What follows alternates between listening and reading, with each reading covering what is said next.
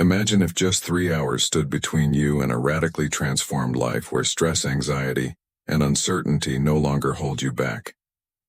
What if I told you that the ancient philosophy of Stoicism holds the key to unlocking a more resilient, focused, and fulfilling existence?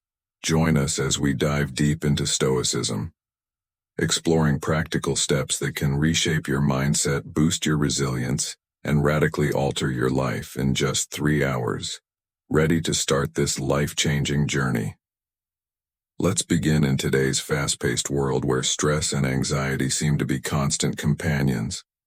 Many of us are searching for ways to find peace and resilience amidst the chaos. But what if I told you that an ancient philosophy developed over 2,000 years ago could offer us the very tools we need to thrive in our modern lives? This is the power of Stoicism, a philosophy that teaches us how to find contentment and strength by embracing virtue, wisdom, and the understanding that we control our reactions to the external world. In the next 3 hours, we're going to take a deep dive into the heart of Stoicism. We'll explore its origins, key concepts, and the lives of the Stoic philosophers who practiced it. More importantly, we'll uncover practical strategy IES derived from Stoic teachings that you can apply to your life.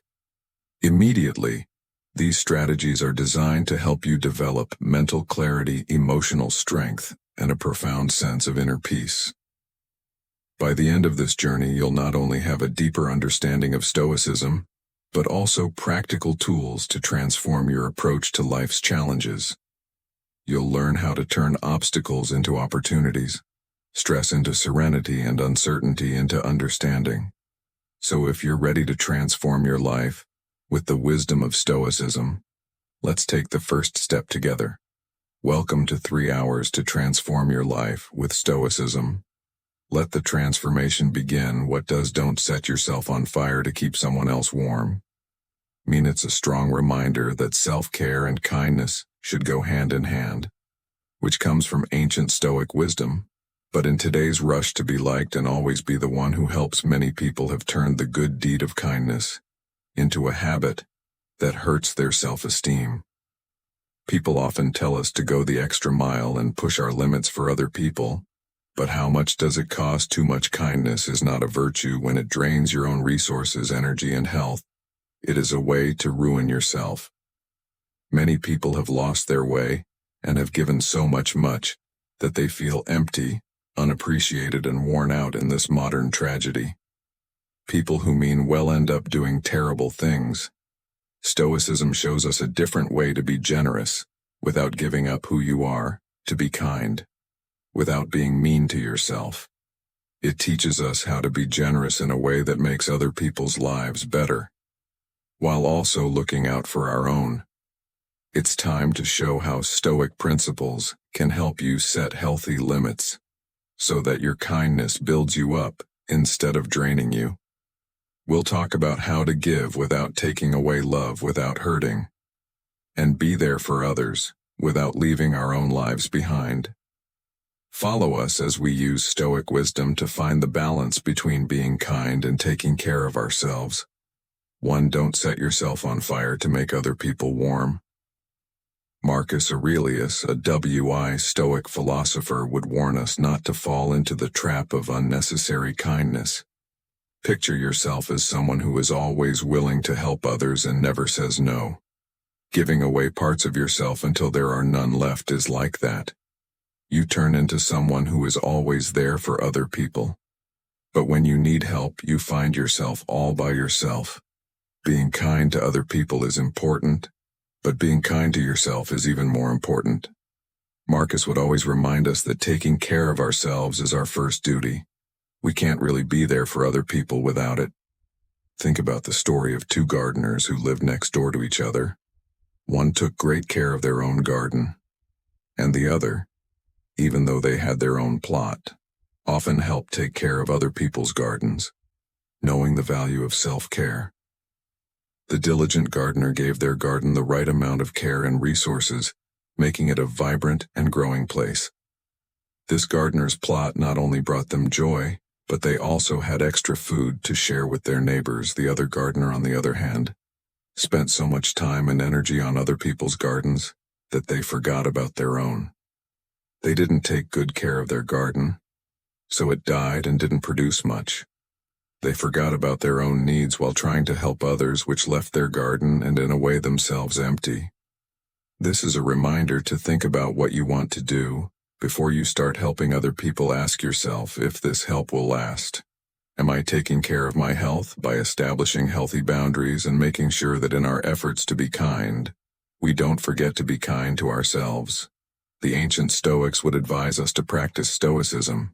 You can't pour from a cup that's not full after all. Stoicism says that you should keep your inner peace and honesty, while also making the lives of others better. This will help you and the people you want to help live a balanced and satisfying life. 2. Being friendly with someone has an end date. Generosity is a good trait that makes our lives and the lives of those around us better, but it can also be dangerous if we don't use moderation. Stoicism, an ancient philosophy that still speaks to us today with wisdom, teaches us a crucial lesson about the boundaries of kindness. It's good to help others with an open heart, but it can be disappointing to expect the same level of kindness. In return, life often shows us that the good things we do today might not be remembered tomorrow. This isn't a sign of how valuable we are or how valuable our actions are. It's just how people naturally remember and feel grateful for things.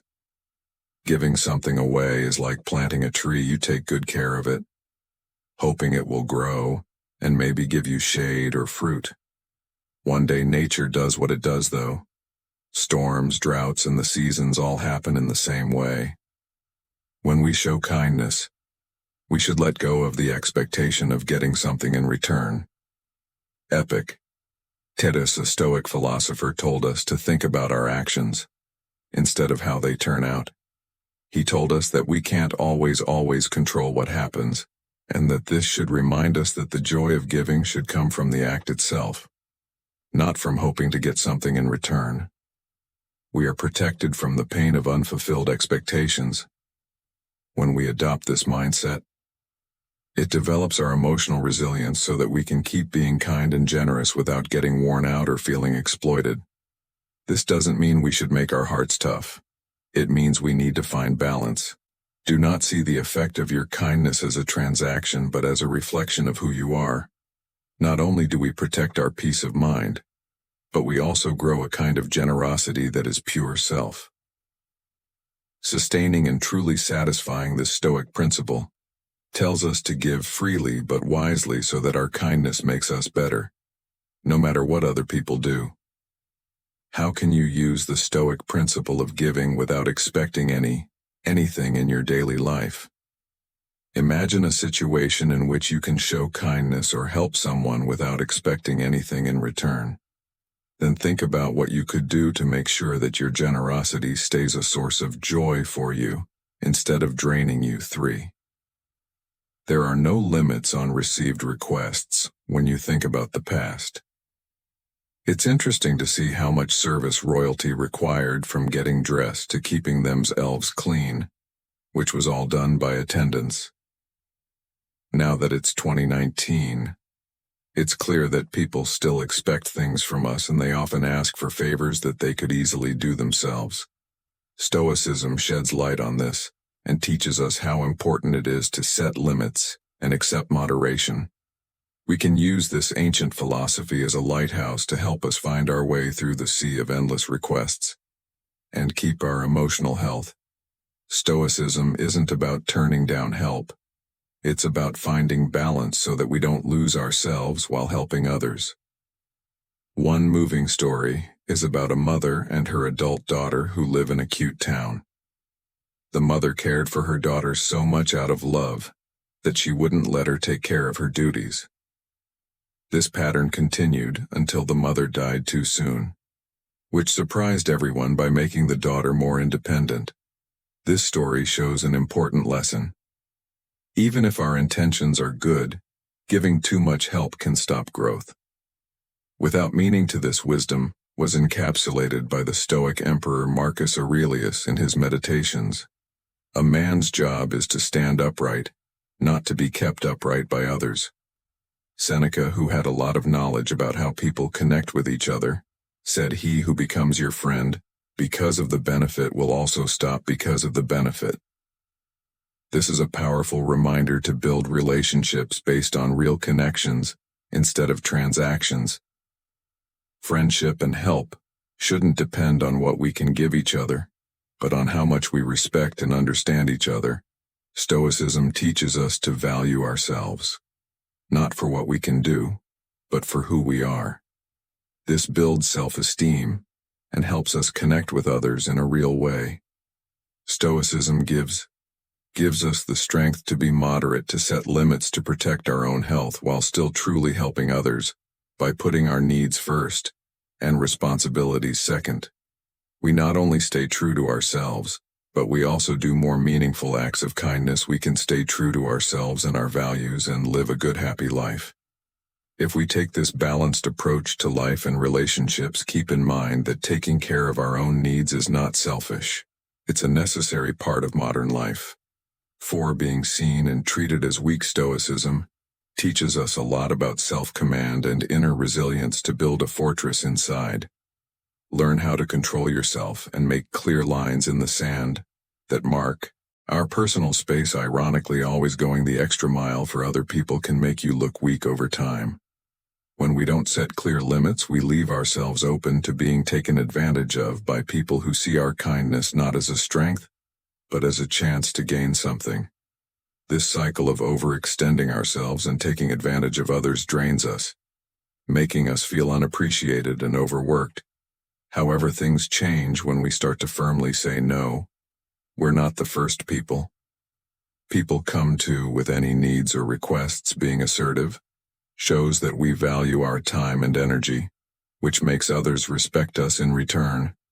One of the most important figures in Stoic philosophy, Seneca, said it best: "What you think of yourself is much more important than what others think of you." By setting limits and being self-disciplined, we not only protect our mental and emotional health, but we also get respect from those around us. Remember that the word no has the power to change things. It shows how much you value yourself and how much respect you expect from others. Adopt this mantra and see how it changes the way your relationships work. Promoting respect based on self-worth and dignity. The challenges of implementing this change are real. Though being available to everyone often brings in people who need help, leaving you out of the spotlight when it's time to celebrate. As a result of being open-hearted, you might miss out on times of happiness and be stuck as a helper, missing out on times of leisure. This painful realization helps us tell the difference between real connections and ones that are just looking for an easy way to make money. Being mindful about who we give our time and energy to is a Stoic exercise that helps us see the real value of relationships. You may not know this, but setting boundaries is an important Stoic principle that not only makes us happier, but it also makes our relationships better. People often respect us more when we are strong enough to say no. This is a strange but true psychological fact. This contradictory effect shows how self-respect can change things and how important it is to be careful in our relationships. Stoic wisdom not only keeps us from getting burned out, but it also helps us build relationships that are mutually beneficial. Give it a thumbs up if you think you've learned something useful so far. Let's now discuss ways to stay safe from being used by others and from the negative effects of excessive kindness. First, get over your fear of saying no. Think about why the word no often feels so heavy, and how it may have come from learning that being nice meant accepting others.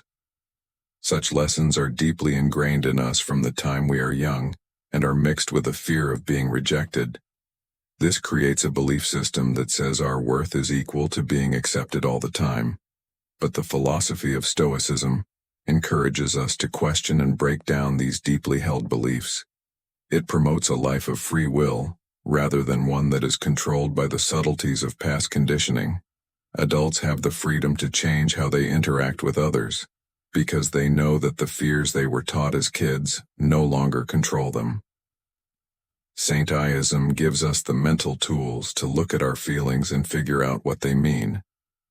This way we can deal with life's challenges without letting old habits control us.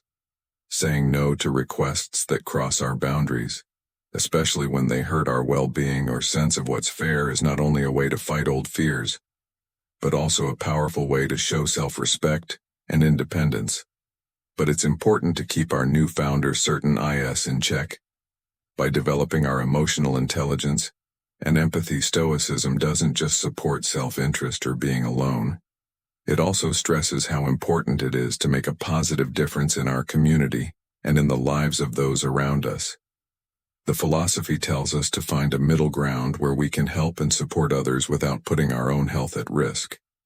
These situations need emotional intelligence because it helps us know when and how to help in a way that is good for both us and the other person.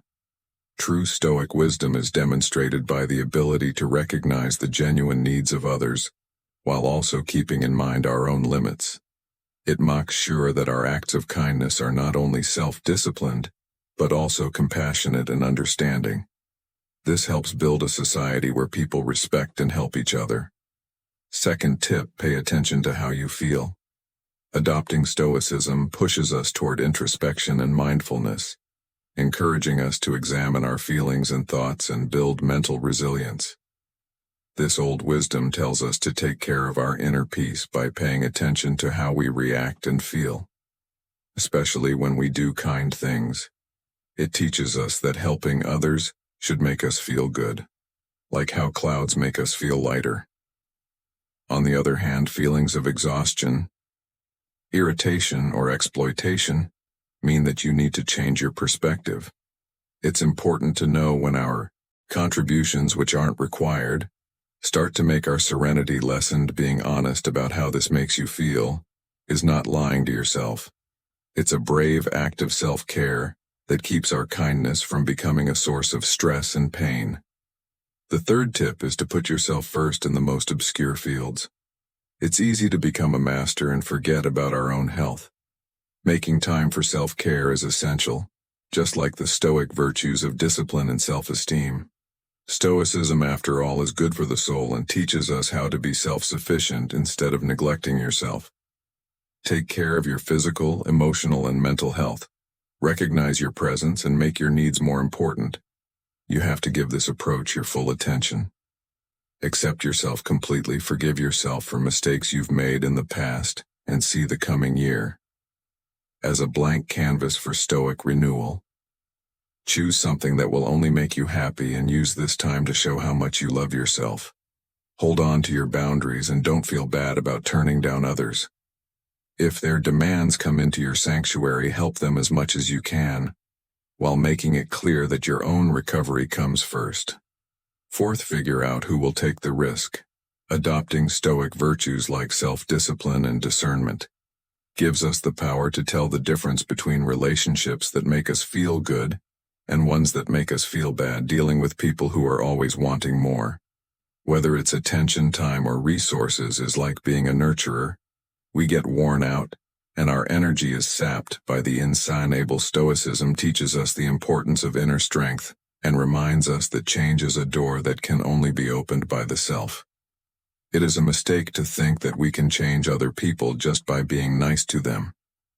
Change that lasts is a personal journey that starts with one's own willpower, not with outside help.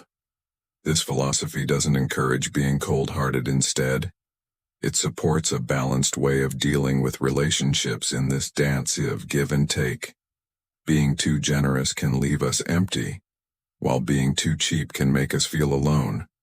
Stoicism tells us to use our kindness and generosity, but it also tells us to think things through and cut ties when it's best for our health. It's about finding balance and making sure that our acts of kindness don't drain our energy. Remember that the best relationships are ones in which both people grow, not ones in which one person dies, so the other can bloom. Stoicism tells us to find a balance and makes us think carefully about what we do and how it affects other people. It stresses how important it is to keep our generosity in check, telling us not to spend all of our money on others at the expense of our main goal, which is to live a happy life. On the other hand, it tells us not to be too careful when we give and instead urges us to be generous but smart about it. Seneca, a great Stoic thinker, said it best: kindness is a treasure. A benefit should be kept like a buried treasure, to be unearthed only in case of necessity. His words remind us to be ready to be kind to others, recognizing the deep bond that exists between all people.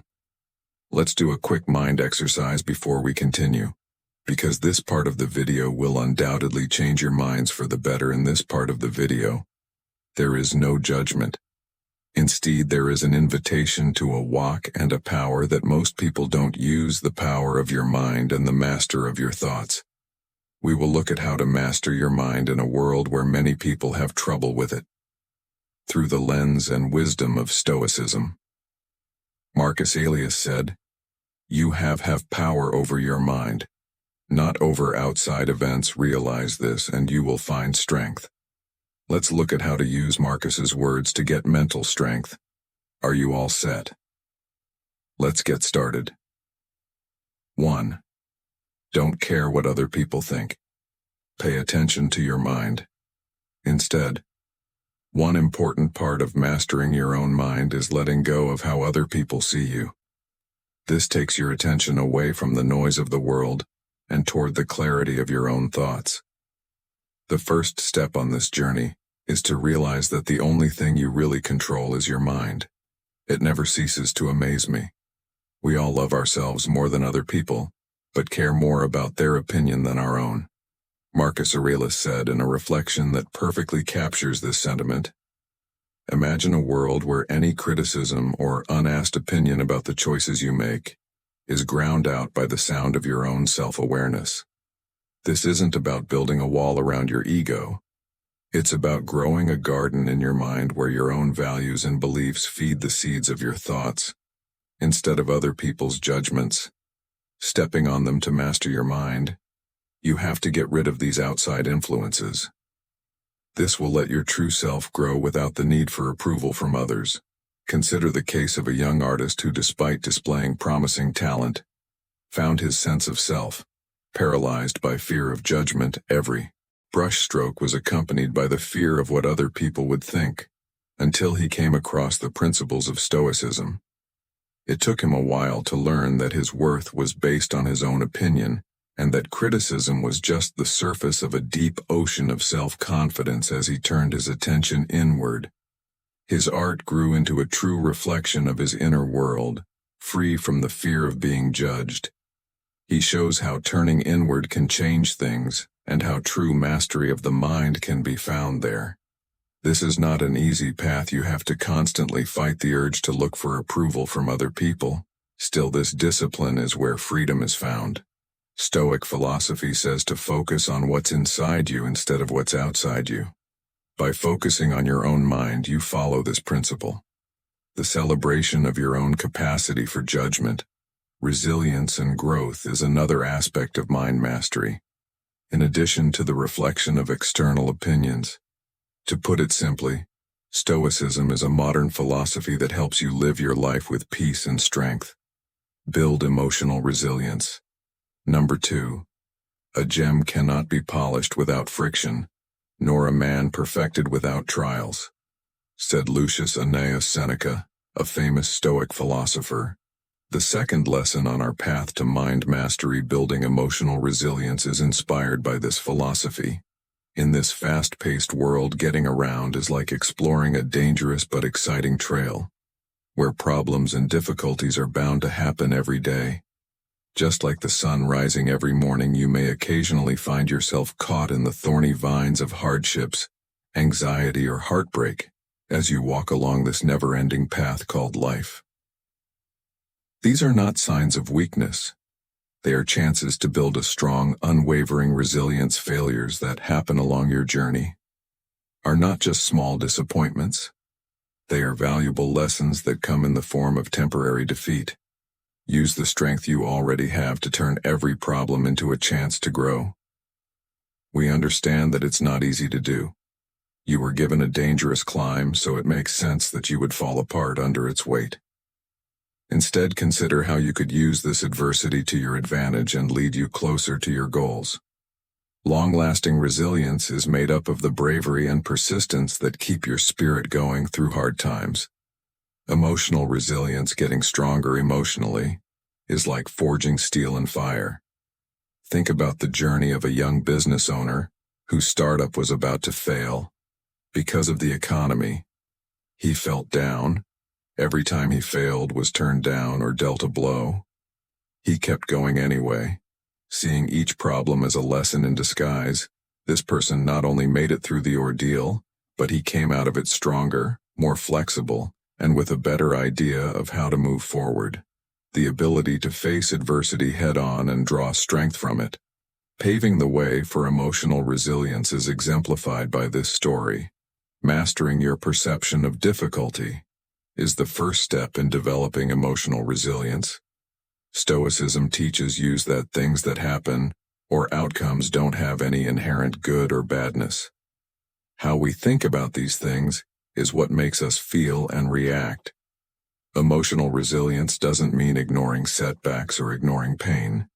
It means realizing that you have the power and wisdom to understand them in a way that helps you grow as a person and strengthens your inner strength. Accept this wisdom. See how strong you are and improve the story of your journey by taking control of your mind. Third, use the power of how you see things. You are walking along a familiar path, a regular trail that you have been on many times before. A moment of unexpected chaos in your otherwise well-planned day occurs when your foot slips and you find yourself stumbling. But what if you could train yourself to see the step instead of the drop? This is similar to Epictetus's resolute wisdom, who said men are not troubled by things but by the view they have of things. Perception is like a window to the outside world. It helps us understand what we see. It's simple to forget that we can change how we see the world around us, especially when things are hard or unclear. When life throws you into rough seas, it doesn't always mean you're going to drown. It could just mean you're being given a chance to learn how to swim. You should steer your mind toward thoughts that help you instead of ones that hurt you, like an experienced captain guiding a ship through a storm. For instance, if your work presentation didn't go as planned, don't see it as a failure. Rather, see it as a valuable lesson that improves your ability and resilience for future tasks. This doesn't mean ignoring difficulties or skimming over mistakes. It means acknowledging them without letting them define your sense of self or your abilities to really get good at this art of perception. You need to be patient and practice a lot. Perception is like a muscle. The more you work on controlling it, the stronger it gets. As a habit, question negative points of view and replace them with ones that make you feel good over time. This process goes from being something you do once in a while to being an automatic part of your minds that helps you master your mind. There is wisdom in choosing how to handle the falls and stumbles that happen in life. We can turn problems into opportunities by understanding and using our mental lens, which is the power to see things differently when trouble arises. Picture yourself as a wrestler, whom the logos like a trainer has paired with a rough young man. This reminds us of the Stoic saying, "The real man is revealed in difficult times." Think of every mistake you make as a learning opportunity that will help you take control of your mind. 4. Follow what nature tells you to do. Have you ever been through something that threw your inner compass off, like being fired without warning, losing a loved one suddenly, or getting turned down for a job? Remember what Marcus Aurelius said, "Life is nothing but change, and change is nature's delight." This ties in with the fourth lesson of our journey to master our minds. Do what nature says. Uncertainty and change are necessary for life, but they are not necessarily harmful to tranquility. On the contrary, these sudden changes in the wind of fate give us chances to adapt and grow when you don't know what will happen. Don't freeze up in despair or let fear Cloud your judgment, instead move forward with the knowledge that change is a normal part of life. We can navigate life's turbulent undercurrents with serenity. If we align ourselves with nature's ease and flows, do we curse the skies? If Mother Nature lets it rain on a sunny day, or throws a storm into a clear night sky? We don't think so, because we know that everything is natural and out of our control. This is how we should deal with life's rough waves: accept them and adapt with resilience. You can experience a level of tranquility and empowerment that is unmatched by accepting the flow of life and sailing with the tides of change. Nature and life itself are not things that we can change to fit our needs. Instead, we need to learn how to flow with them naturally and gracefully, without losing sight of who we are. 5. Be disciplined with yourself. Think about your life so far, and how it has changed you. You've probably come across distractions that made you want to go off track, like wanting to binge watch your favorite show, instead of studying for an exam, or having one too many slices of that delicious cake while you're trying to stay on track with your diet. The nobility of their ambitions and the strength of their self-discipline was a thought that the great Stoic philosopher Seneca had. This is a beautiful reflection of another important lesson in mastering your mind. Practice self-discipline to become self-master. We must first understand and admit how important self-discipline is for protecting our life goals. It's the shield that keeps us from losing our valuable time and energy to other things. It's like a skilled gardener who always takes care of a huge number of colorful flower beds. It doesn't matter how pretty those rose bushes are. They'll take just as much care of their tulips and sunflowers. How then does one cultivate such? Minds, pay close attention to times when temptations try to steer you wrong. When you see these things, don't look at them with a harsh eye of judgment. Instead, see them as normal parts of life. When you know what distracts you from your path, it's easier to come up with ways to stop these distractions. Like a gardener who grows different flowers, you need to be able to see and deal with each distraction with unwavering determination, from avoiding the temptations we face in our personal lives to building mental toughness for work. Self-discipline is without a doubt one of the most important building blocks of mind mastery. When you feel like giving up or giving in to temptation is strong, remember Epictetus's wise words: no great thing is created suddenly. Practicing self-discipline is the same way. It's a journey that never ends and requires constant attention and effort. 6. Enjoy the present moment. Have you ever been so caught up in thinking about a regret or a worry that you forgot to enjoy the beauty of the moment and the sunset set? Too often people have the floor of being physically here but mentally somewhere else. Marcus Aurelius once said, "Do not let the panorama of your life oppress you. Do not dwell on all the different problems that may have happened in the past, or may happen in the future. Just think about the present and what can fix it." We should try to enjoy life as it happens, one precious moment at a time. Every breath we take and every feeling we have should bring us back to the present moment. Don't think about a finished chapter in the past or an unwritten chapter in the future. These thoughts take away from the power and beauty of living in and enjoying the present. Instead of dwelling on things that are out of your control, enjoy the present and apply your energy to making it better in the here and now. Time doesn't wait for anyone, and it always slips through our fingers, leaving us walking a thin line between our memories of the past and our hopes for the future. To find the real power of life, though, we have to realize that right now is all we have. Let yourself enjoy every sunrise and every compliment you get. Enjoy every cup of coffee you drink and fully engage yourself in every conversation. Enjoy every single moment of the present. It's not enough to just accept what's happening right now. You have to actively immerse yourself in it. It's about enjoying every part of today without letting the shadows of yesterday or the unknowns of tomorrow dim its light at the moment. It's about getting hungry, so live as if you were already living for the second time, and as if you had acted the first time as wrongly as you are about to act. Now, says Seneca, Mastering your mind begins with mastering this very moment. Follow this philosophy and be amazed at how it can change you as you work to become mentally strong.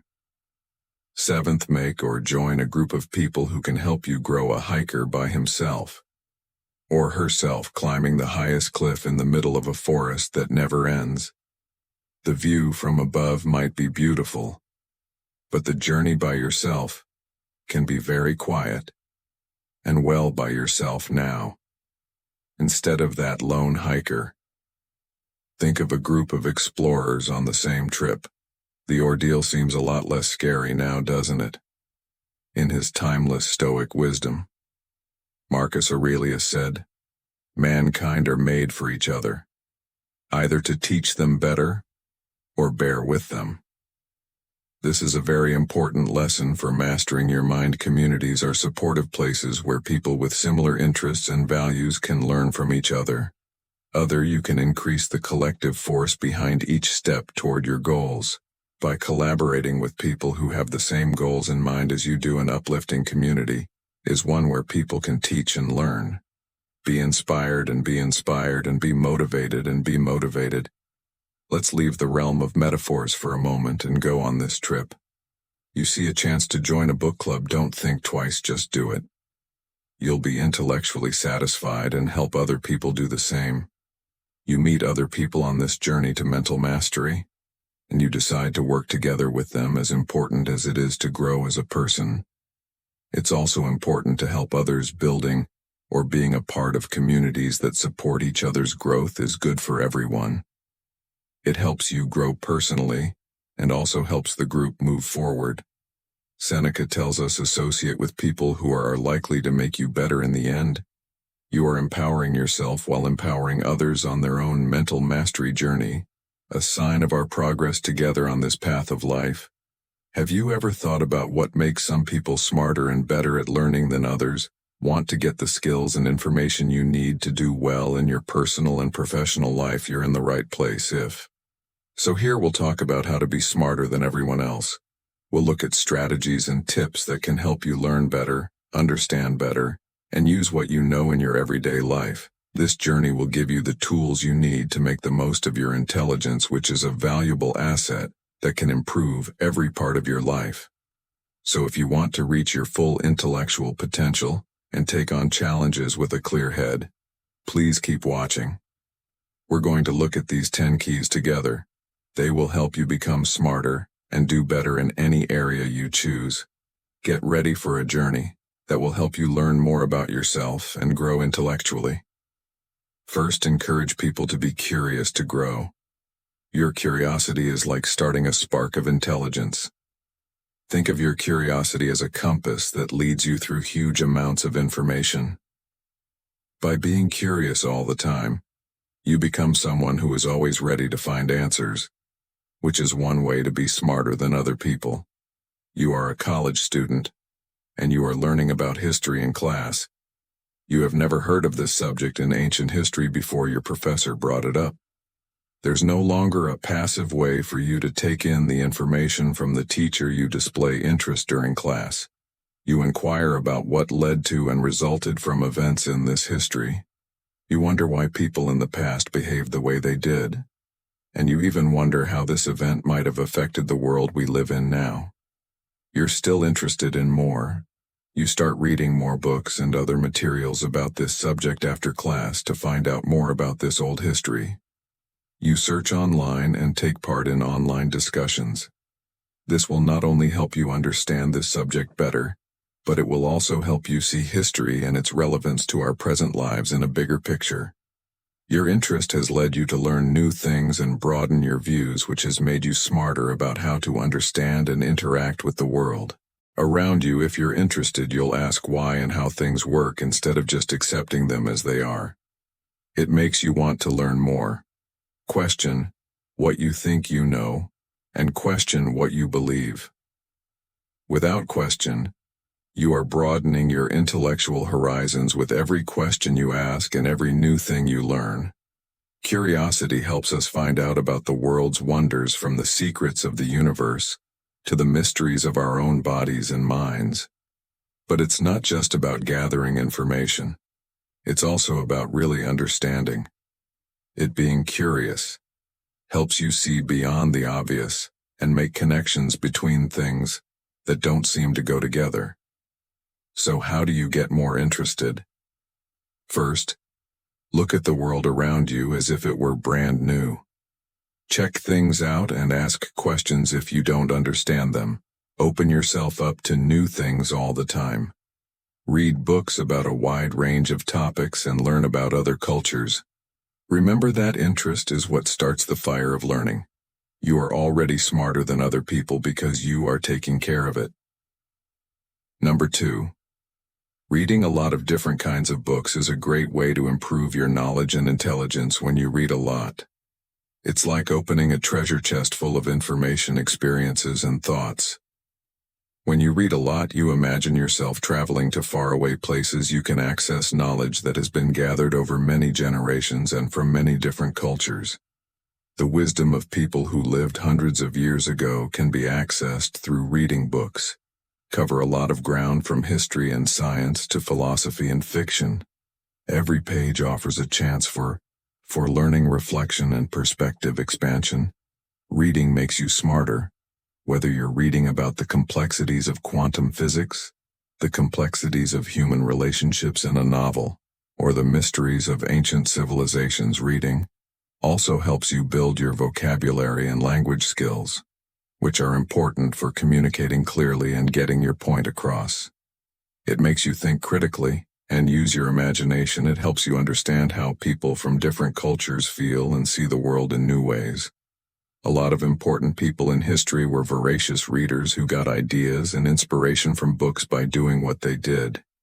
You can find new ways to use your intelligence and get ahead of the competition. Reading a lot is not only a habit, but also a way to learn new things and expand your horizons before you start this reading journey.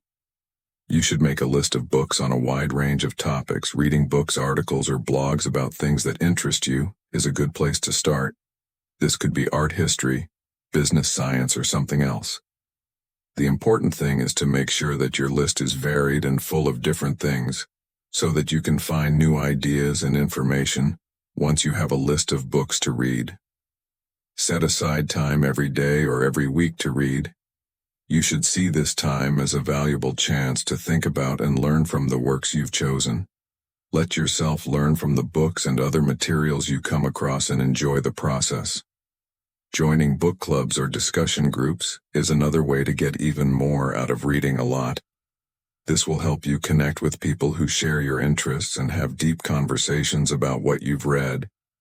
You can share your thoughts and opine opinions, and you can also learn from what other people have to say. It's also a great way to find new books and get suggestions from other readers who really love reading. Large amounts of reading are a great way to stand out from the crowd and gain a lot of knowledge in a world full of it. It will help you get smarter than everyone else. Use the variety and depth of literature to improve yourself and your thinking by feeding your soul with books and ideas all the time. Number 3. It's important to keep a growth mindset. Maintaining a mindset is one of the most important things you can do to keep growing smart over the course of your life. This comes from a strong belief that your skills, knowledge, and awareness can naturally get better as you work hard. Learn and keep at it instead of avoiding situations where you might fail or have trouble. Keeping this mindset helps you embrace challenges and difficulties as learning opportunities.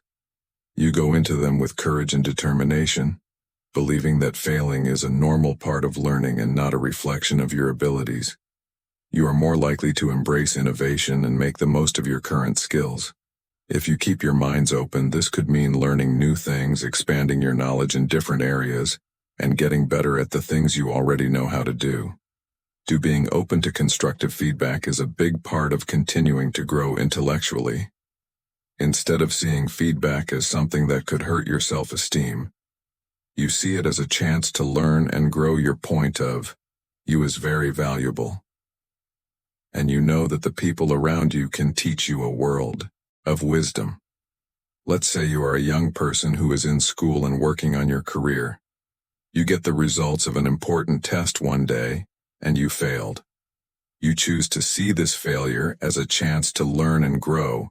Instead of giving up and feeling insecure, you don't give up or avoid that subject. Instead, you choose to learn from your flaws and mistakes to get better at that subject.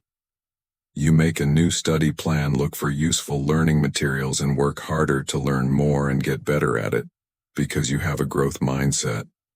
You not only get over failing, but you also get better at what you do. You discover that yourself is becoming stronger, more flexible, and better able to deal with challenges in the future. Having a growth mindset is a journey that lasts a lifetime and requires commitment, dedication, and persistence. It means taking on challenges, looking for ways to grow, and always trying to reach your full potential with this mindset. You set yourself up for lifelong learning and intellectual growth. You're making room for new opportunities and broadening your views. Remember that your intelligence is not something that stays the same. It is something that changes over time. You can reach amazing intellectual heights and do amazing things you never thought possible, if you have a growth mindset. 4. Accept failure and use it to learn. If you want to be smarter than other people, you need to accept that failure is a part of the way to success. It's possible to gain useful insights. Learn from your mistakes and get stronger when you fail. Failure is not a setback. It is a way to move forward. Failure teaches us something, gives us a chance to think, and gives us a chance to get better. Let's say you are an entrepreneur who wants to start a new business. You face many challenges and setbacks in the beginning stages. Your product might not satisfy the needs of the market. Your marketing plan might not work to draw in customers, or you might be having financial difficulties. You don't give up. Instead, you keep going and learn from your mistakes. You look at what went wrong, figure out what could be done better, and then change how you do things. You get useful experience, improve your business model, and eventually become successful by following this process. Resilience, humility, and courage are necessary for accepting failure. It means being honest about your flaws, willing to listen to feedback, and ready to change when you accept failure. You liberate yourself from the fear of making mistakes and allow it to take risks. You think of new creative and flexible ideas. More often, accepting failure also helps you develop a growth mindset, which means you see challenges as chances to learn and improve. Do not forget that failure is not the opposite of success. It is an important part of it. You are not only smarter than other people when you accept failure and learn from it, but you are also setting yourself up for future success. Number 5. Learn how to think critically. Critical thinking means being able to look at, judge, and make sense of information in a way that is fair and makes sense. It helps you question what you think you know, see things from different points of view, and make smart choices to get a better understanding of complicated issues and solve problems. Effectively, you need to work on your critical thinking skills. It means having an open mind, being skeptical, and being intellectually interested. Let's say you are a student doing a project for school. When you get information from different sources that doesn't agree with each other, it can be hard to tell which ones you can trust. You choose to use critical thinking skills instead of taking things at face value. You carefully judge the reliability of each source by looking at things like the expertise of the author, the reputation of the publication, and the evidence given. You also have to look at the arguments, find any mistakes in logic, and decide if the conclusions are valid. By doing this, you can tell the difference between information that you can trust and information that you can't. This will help you write a well thought-out research project that is based on evidence to improve your critical thinking skills. You need to be intellectually humble, ready to admit when you're wrong, and willing to change your mind. If new information comes along, being intellectually honest, avoiding biases, and trying to think about all the relevant information before coming to a conclusion are also important. Learning how to think critically makes you a smarter and more analytical thinker who can handle the complicated world we live in. with ease and confidence. You have more information to help you make smart choices, solve problems, and make a meaningful contribution to society. In conclusion, one of the most important things you can do to get smart is to learn how to think critically. It gives you the power to think more clearly, reason better, and connect with the world around you in deeper ways. Take on the challenge of improving your critical thinking skills today to reach your full intellectual potential. Sixth, learn how to listen actively. Active listening is an important skill for getting things done and growing as a person. It means giving the speaker your full attention, listening carefully, and trying to see things from their point of view. To listen actively, you need to understand, be patient, and keep an open mind. Giving the speaker your full attention means being in the present moment and putting other things aside. Let's say you are in a group discussion with other people from work. You can tell that some of your coworkers are not paying attention when one of them talks about their thoughts on a certain subject. They are looking at their phones, drawing, or having conversations on the side. You don't want to be like them, so you choose to listen actively. You look at the person speaking and nod every so often to show that you are paying attention by not cutting the speaker off or adding your own thoughts. You let them say what they want to say. You also ask clarifying questions and rewrite important points to make sure you fully understand their point of view by actively listening. You show that you respect the other person and make it easier for people to talk and share their ideas. Listening actively means not only understanding what someone says, but also how they feel and what they want to say. You have to be willing to understand, care about, and see things from the speaker's point of view. You can improve your communication, make your relationship stronger, and learn a lot about other people's thoughts and feelings. By practicing active listening, you also become a more thoughtful and caring person who can make meaningful connections and work together with others. In conclusion, active listening is a skill that you need to improve your mind and yourself. It helps you connect with others more deeply, see things from different angles, and understand the world better. So resolve to use active listening in all of your daily interactions and see how your relationships and mind grow.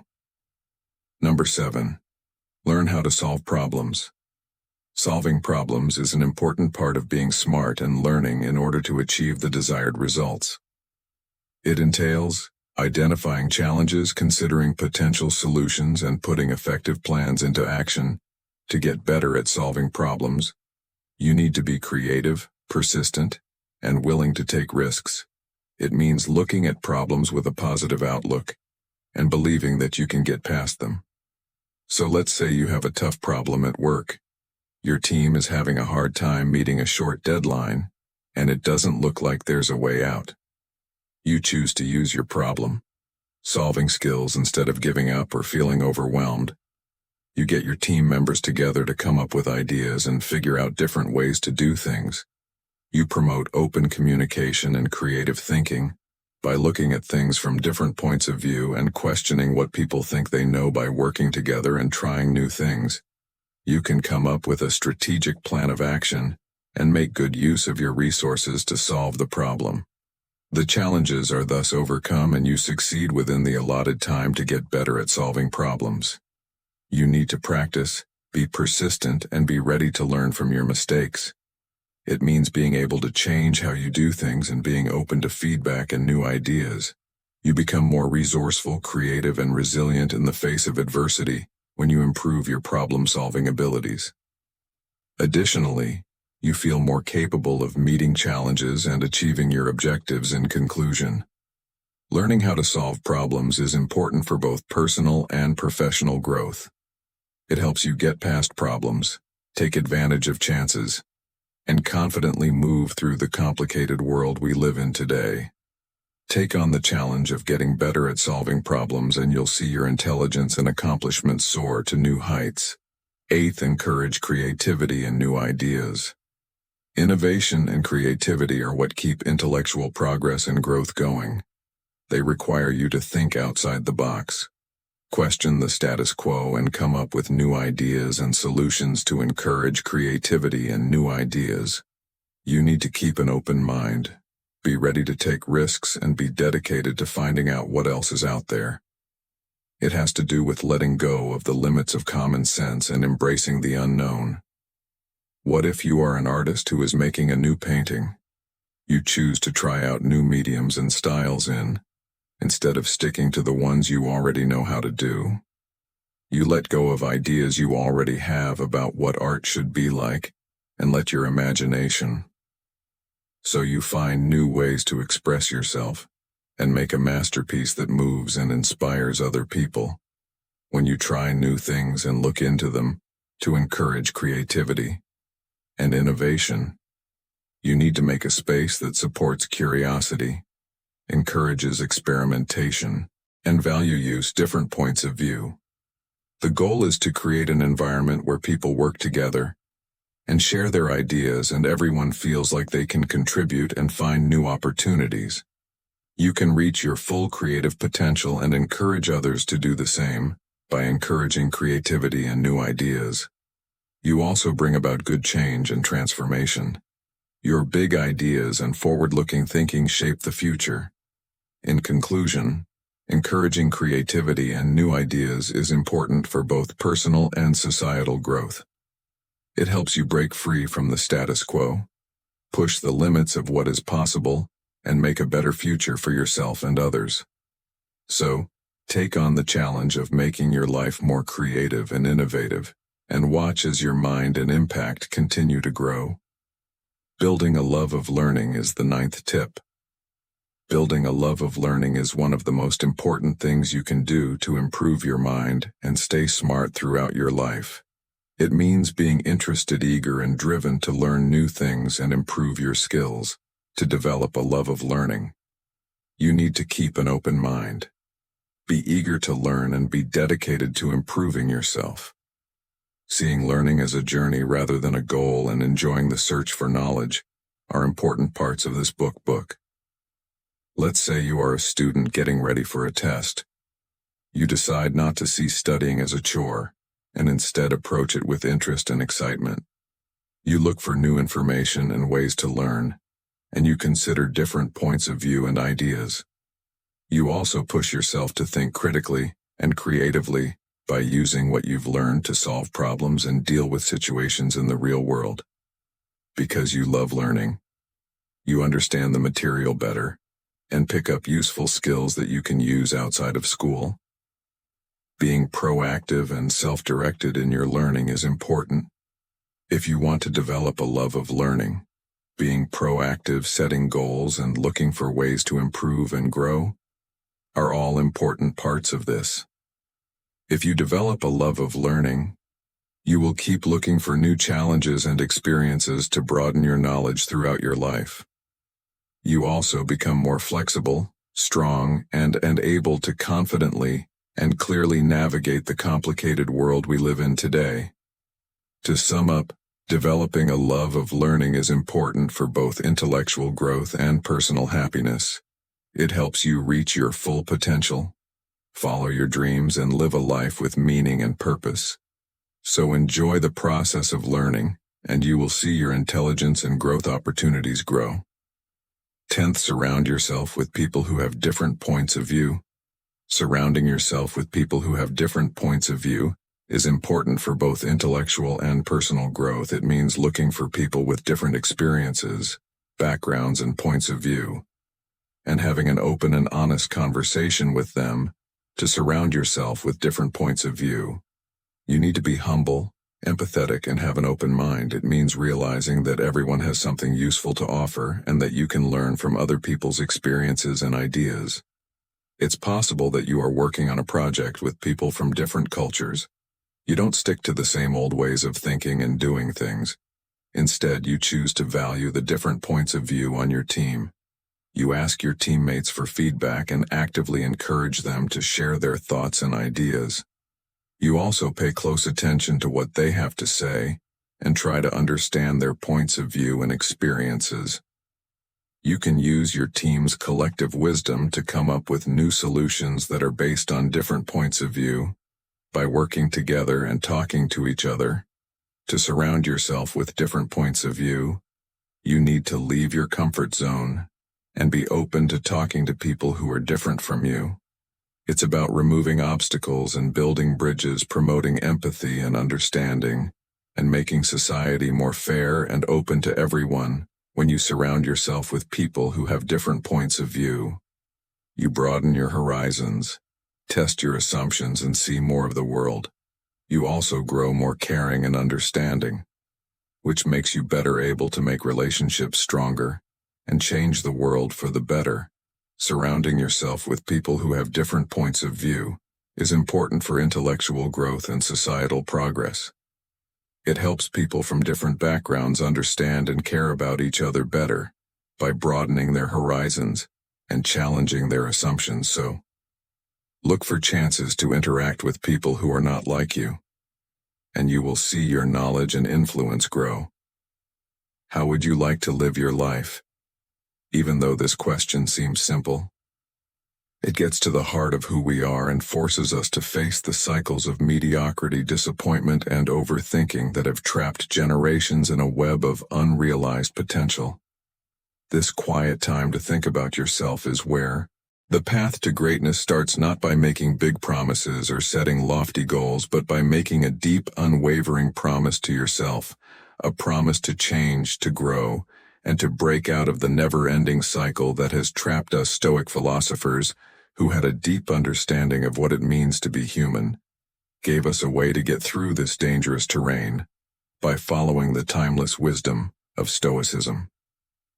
Epicus said, "First say to yourself what you would be, and then do what you have to do," which sums up the main idea of Stoic philosophy. This is about aligning our very selves with the virtues of wisdom, courage, justice, and temperance. Not just about defining our goals. This is an action call and a reminder that greatness is not given but made through the choices and actions we make every day in this way. Stoicism is not just accepting what happens. It is an active participation in life, a promise to live by the values we value even when our lives are chaotic and under a lot of pressure.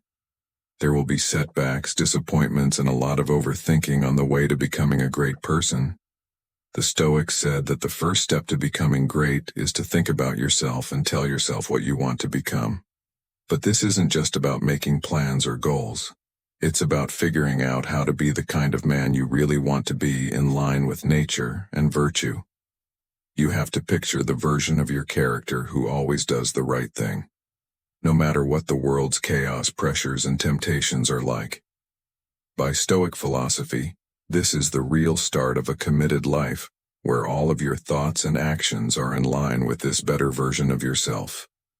Let this be our rallying cry to break free from the chains that hold us back, and to rise with courage and conviction, and build a legacy of excellence that goes beyond the limits of our past.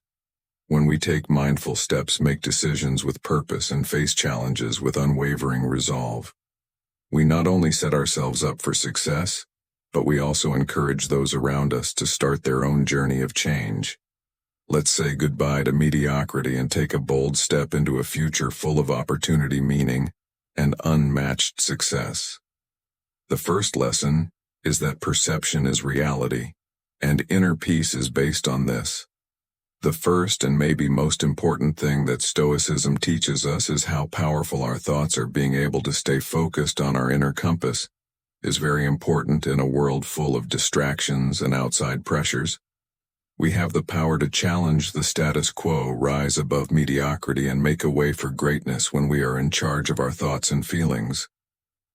The first step to breaking out of the cycle of mediocrity and becoming a great person is to realize that our perceptions have the power to change our reality. We give ourselves the tools we need to handle life's challenges with poise and resilience by adopting the Stoic principles of emotional mastery, reason, and focus. This path isn't simple, and there are things that could get in the way. However, we grow and change as a result of the challenges we face.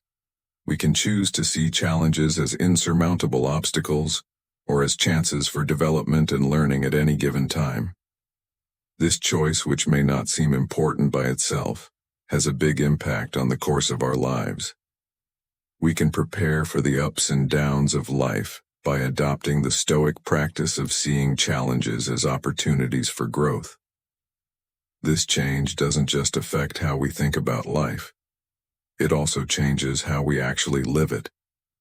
We stop seeing each day as a set of problems that need to be solved and start seeing it as a chance to practice good qualities like patience, resilience, and courage. This lesson challenges us to rethink how we relate to the world, despite its straightforward wording and revolutionary implications. The idea behind it is that our minds are where real battles happen that make us great. Breaking the cycle of mediocrity starts with how we see things to do. This we need to not only understand in Stoic principles, but also be resolute in our efforts to live by them in every part of our lives. Lesson 2. Becoming stronger. By accepting what happens is called resilience. Stoicism is a powerful way to learn how to accept fate and break out of the cycle of mediocrity, disappointment, and overthinking that often gets in the way of our success. This old philosophy says that we can choose how to react to things that happen to us, even if we can't change the things themselves. Stoic philosopher Marcus Aurelius tells us to accept that everything that happens to us is part of the universe's larger, more rational order. Accept the things that fate binds you, he says, emphasizing how important it is to accept our situations with courage and tranquility. This acceptance is not a passive giving up. It is an active participation in life. Accepting fate is more than just putting up with life's ups and downs.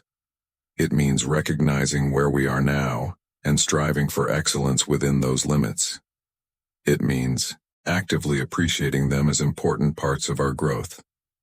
This viewpoint challenges us to see every setback and disappointment as a chance to put virtues like patience, resilience, and perseverance into practice. Because of this, we change how we feel about failure so that we don't see it as the end, but as a step toward success. This change in how people think is very important for breaking the cycles of hopelessness and underachievement that last for generations.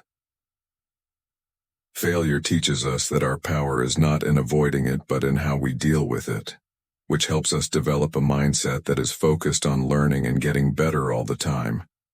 In addition, this lesson from Stoicism tells us to stop overthinking, which stops us from acting and makes us unhappy. Life's challenges can be handled in a balanced way if we accept our fate and work hard within our sphere of influence. Finding this balance between accepting things as they are and taking action is what will help us reach our goals and reach our full potential. It keeps us from getting stuck in analysis, paralysis, and lets us move forward even when we don't know what will happen. Using this Stoic wisdom in our daily lives builds up our resilience, which not only helps us deal with the challenges of our own journeys, but also frees us from the limits that previous generations put on us, creating a plan for a future filled with accomplishments, happiness, and win. The third lesson is about using the power of the present moment to break out of the cycle of mediocrity, disappointment, and overthinking.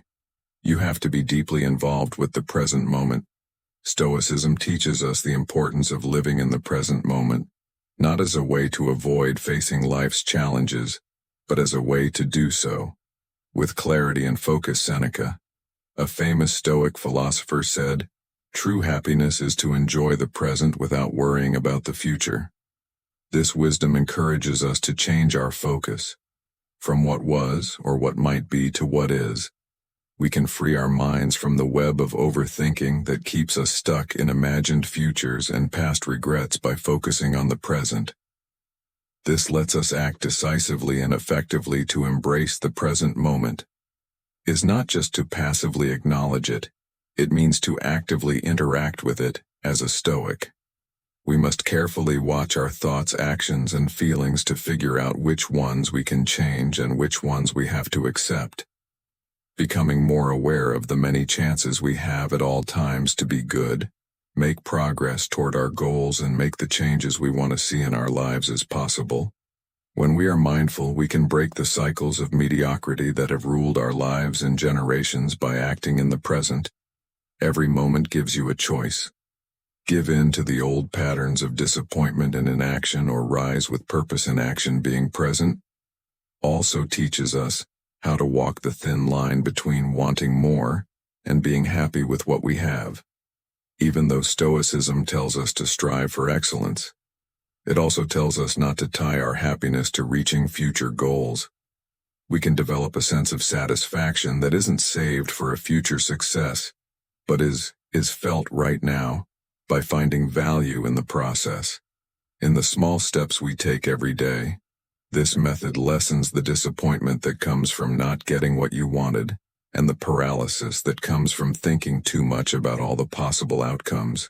We can change our reality, develop resilience against the tides of mediocrity, and pave the way for long-term success as we learn to live fully in each moment. The fourth lesson is about the virtues of self-reflection and always getting better.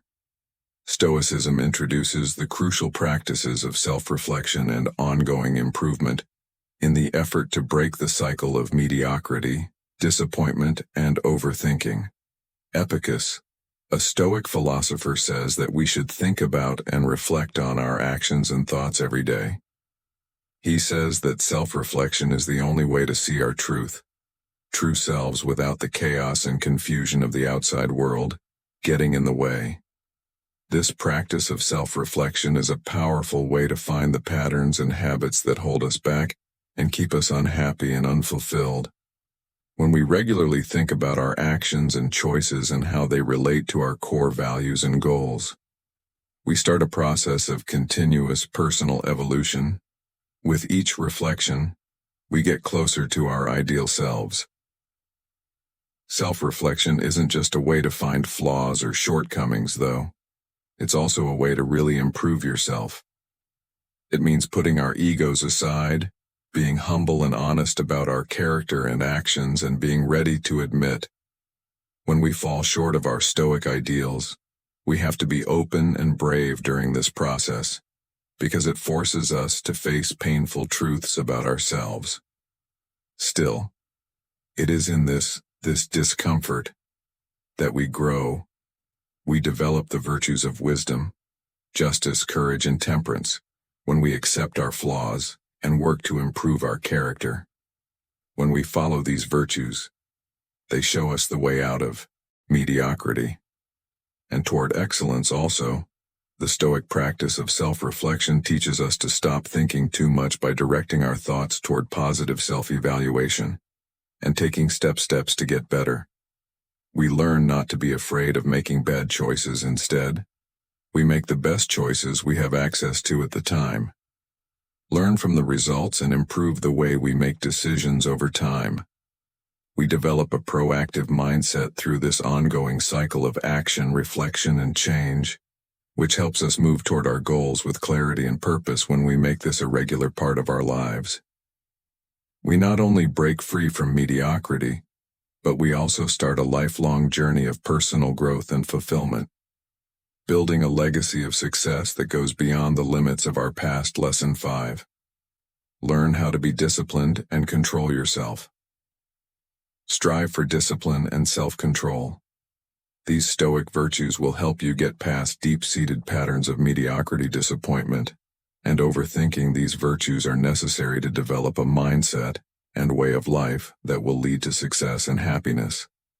One of the most important figures in Stoic thought, Epicus, says that the way to freedom is not to seek freedom itself, but to develop discipline and self-control. This seemingly contradictory wisdom says that controlling your actions and desires is the first step to having real control over your life and its outcomes. By following strict rules in our daily actions, thoughts, and routines, we give ourselves the tools we need to break free from the chains of laziness and procrastination that keep us from reaching our goals. In the Stoic sense, discipline is more than just following rules or schedules without question. It's about putting yourself in a state of balance that fits with your values and goals. It takes work to pick the harder, right over the easier wrong, to wait for bigger rewards instead of smaller ones, and to stay focused when life is full of distractions. Our ability to self-regulate and organize ourselves is what helps us handle life's challenges with grace and direct our efforts effectively toward our goals. That being said, self-control is the skill of managing your feelings and wants in a way that helps your progress instead of getting in the way. It means having the inner strength to resist temptations in the short term in order to achieve long-term success. Also, learning discipline and self-control is a powerful way to treat the problem of overthinking. When we train ourselves to act quickly and with purpose, we leave less room for the doubt and indecision that make us think too much. This proactive approach to life promotes an action-oriented mindset over a ruminative one. The person making decisions does not do so out of fear or anxiety, but from a place of strength and clarity. Not only do these Stoic virtues help us break out of the cycle of mediocrity, but they also show us what is possible in our lives when we are disciplined and self-controlled. Lesson 6. The power of adaptability and accepting change helps you plan a path to success that is both meaningful and long-lasting, to break the cycle of being average, being let down, and overthinking. And to be successful, one must use the Stoic virtue of adaptability. The Stoics, who had a deep understanding of how unpredictable life is, advocated accepting change as a way to develop resilience and grow. Seneca, a great figure in Stoic philosophy, said that being too set in our plans or expectations can cause us to suffer and be frustrated. He instead pushed for a flexible approach to life's challenges, telling us to change our plans and ways of thinking. When things change, we can handle the difficulties of life with grace because we are able to adapt. We can turn setbacks into chances to learn and grow in the Stoic sense. Adaptability does not imply laziness or a lack of ambition. Rather, it denotes a dynamic engagement with the present moment, equipped with the wisdom to recognize what is within our control and the serenity to accept what is not. By making our minds open to change, we can break free from the paralyzing grip of overthinking and the disappointment of having our hopes and dreams not come true. We can change direction when we need to, and look for new ways to act that are in line with our long-term goals and core values. This willingness to change and grow is what will help us get past the shackles of mediocrity and find a way to success that can adapt to the ups and downs of life. Accepting change also encourages a culture of new ideas and creativity, which are important for striving for excellence. We develop a resilience that is impervious to the fear of failing. When we see every new challenge as an opportunity to learn and adapt, people around us are more likely to adopt the same mindset, which is good for our own personal and professional growth as we learn to handle life's ups and downs with ease and confidence. We show others how to break free from cycles of disappointment and not achieving their goals. Not only do we succeed, but we also help move society toward one that is more flexible, strong, and successful. 7th lesson: why setting limits and making lists are important. Learning how to set clear boundaries and prioritize effectively is a crucial part of overcoming the cycle of mediocrity, disappointment, and overthinking. This is a Stoic practice, Stoicism, which stresses living in harmony with nature and focusing on what's important. Teaches us how important it is to know the difference between what really matters and what doesn't. In his Meditations, Marcus Aurelius tells us to focus our minds on what we can control. He suggests that we direct our actions, thoughts, and energies toward the things that are most important to us. With this method, we have to carefully consider our commitments and choose to only do things that are in line with our core values and help us reach our long-term goals by putting limits on our time and energy. We keep ourselves from getting caught up in things that will only make us mediocre. Prioritizing is more than just getting rid of things that aren't important. It's also about choosing where to put our attention and energy to get the most out of them and feel the most fulfilled. According to this Stoic principle, we should live our lives on purpose, making choices that will lead us to success. To do this, we have to say no to some opportunity and tasks not out of fear or laziness, but because we know our resources are limited and need to be used wisely. Setting priorities helps us deal with the demands of life with clarity and purpose, making sure that the things we do help us grow personally and professionally. This structured way of living also helps people who can't make decisions because it gives them a clear framework for doing so. It's easier to make decisions when we know what's important to us and what our limits are. This clarity clears out the mental clutter that often keeps us from making decisions and putting things off, letting us move forward with confidence. Setting limits and making lists of things to do helps us live a life with meaning and excellence, breaking the CIC of mediocrity and laying the groundwork for long-term success. This lesson from Stoicism not only helps us reach our goals, but it also makes sure that we do so with wisdom, self-respect, and peace of mind. Lesson 8. Using failure as a building block for success. Changing how we feel about failure is a key part of breaking out of the cycle of mediocrity, disappointment, and overthinking. Stoicism teaches us to see failure not as a setback, but as a necessary part of success, by taking a practical approach to life's challenges. Marcus Aurelius's reflective writings tell us to gather wisdom from our mistakes and see each one as a chance to improve ourselves and our plans. From a Stoic point of view, we can shift our attention from the fear of failing to the fact that every attempt is a chance to learn. When we accept that failure is a necessary and valuable part of the path to excellence, we free ourselves from the crippling grip of overthinking and the crippling fear of making mistakes. This shift in perspective is necessary to break out of the cycles of mediocrity and disappointment that trap people who don't dare leave their comfort zones. Engaging with failure in a constructive way also builds resilience, which is a quality that is necessary for long-term success.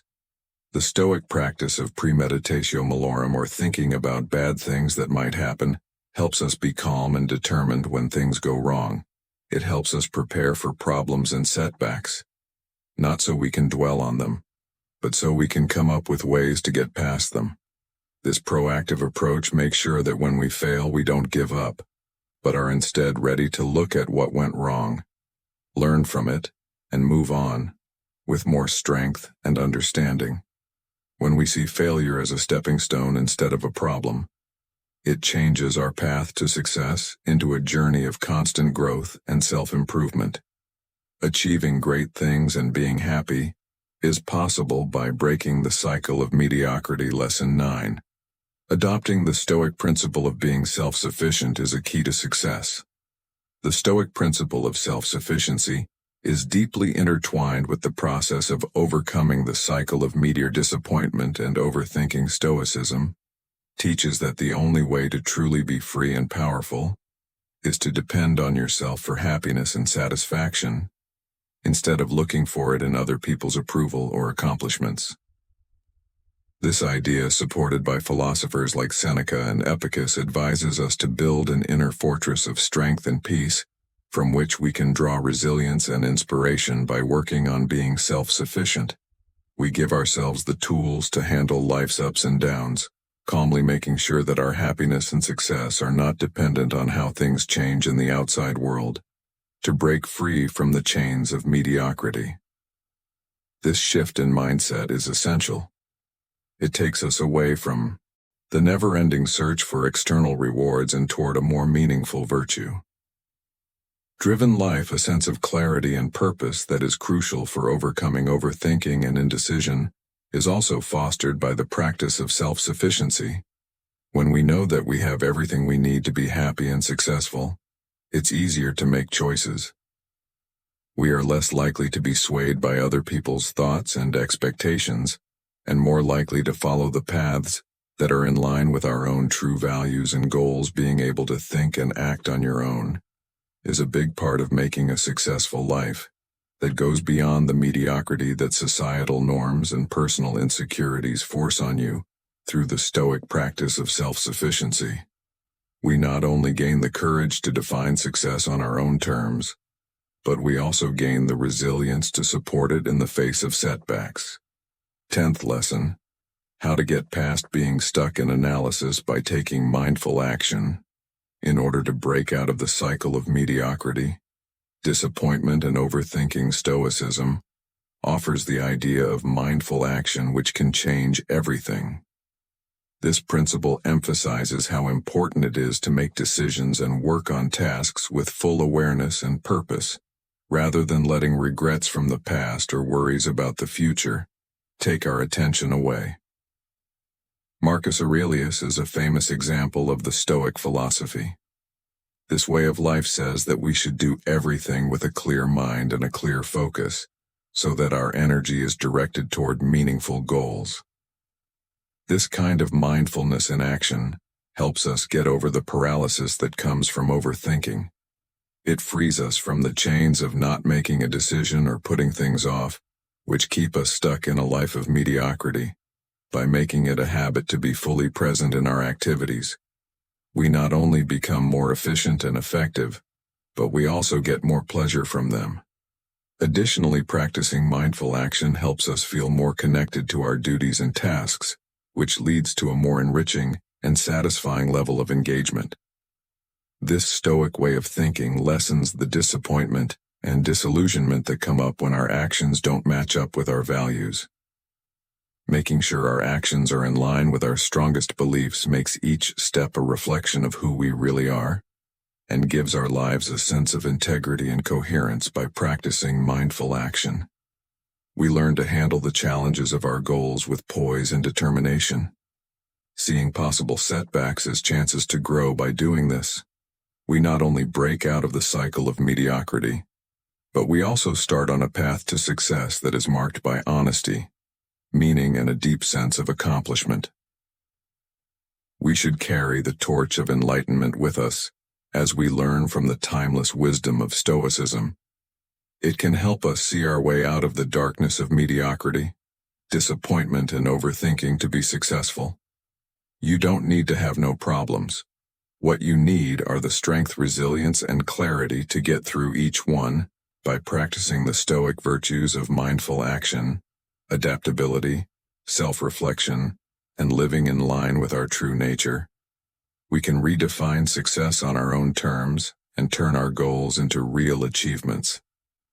The ancient wisdom of Stoicism offers a very different way to live in a world where telling everyone everything about our lives has become normal. The Roman Emperor Marcus Aurelius and the Stoic philosophers Epicus and Seneca taught us lessons that have stood the test of time. They taught us how important it is to keep some parts of our lives private. Their lessons teach us to treat life's experiences with respect and tranquility, understanding that not everything should be made public. Let us examine 7 aspects of life that, in accordance with Stoic wisdom, are best kept private in order to help us live a life of virtue, resilience, and inner peace. The first one is your inner citadel. Marcus Aurelius introduced us to the idea of the inner citadel, which is a stronghold inside us where we can find safety and strength, no matter what is going on around us. Our most private reflections, struggles, and victories take place in this personal sanctuary. There is an unmatched level of privacy there where the outside world can't see what makes us unique. We meet our true selves in the serenity of our inner citadel, and have a conversation with them that shapes how we see the world, what we believe, and even who we are. Stoics think that this inner dialogue is essential for self-improvement and realizing our place in the cosmos. It's a process of constant improvement and reflection, in which we look at our reasons for doing things, face our fears, and grow virtues like wisdom, justice, courage, and temperance. It's not meant for the public to see this journey of self-reflection. Talking about the details of our inner change can make it less meaningful and take us off the path of real self-discovery. The inner citadel is also a safe place to escape the chaos of the outside world. It's a place where we can go to get peace and clarity away from people to understand and care about others, and it tells them to listen and think, instead of trying to convince or follow the crowd. Choosing to keep your political opinions private can be a way to uphold Stoic ideals of wisdom and temperance in a time when political discussions can quickly become polarized and disconnected from constructive debate. The fourth thing is your plans and goals. Stoic philosophy, which Marcus Aurelius and his followers followed, stressed how important it was to live a good life based on reason and virtue, focusing on actions rather than words. Stoics say that our plans and goals should also be kept secret because of this principle. Stoic makes place a high value on resilience, patience, and adaptability. Because the path to our goals is frequently riddled with uncertainty and challenges, by keeping our plans and goals to ourselves, we can stay focused and maintain our inner tranquility while pursuing them without being sidetracked by other people's expectations or early scrutiny.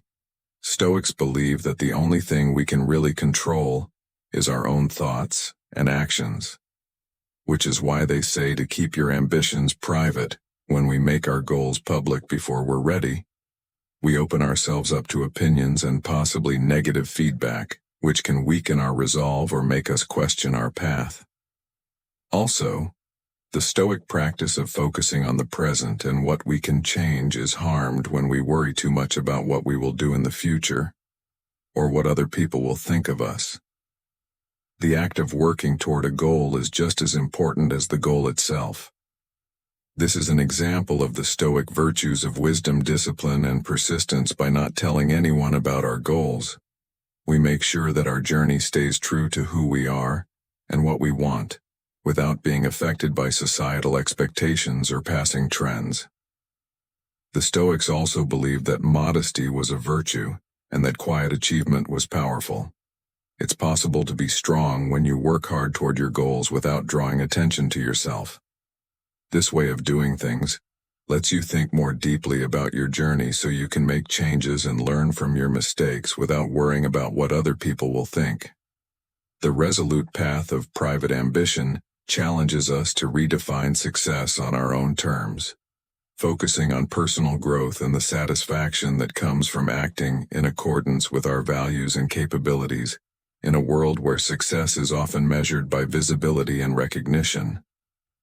Stoic philosophy tells us that keeping our plans and goals to ourselves is more important than getting approval from other people. It reminds us that the journey itself, the challenges we face, the virtues we develop, and the wisdom we gain along the way are what make true achievement so special.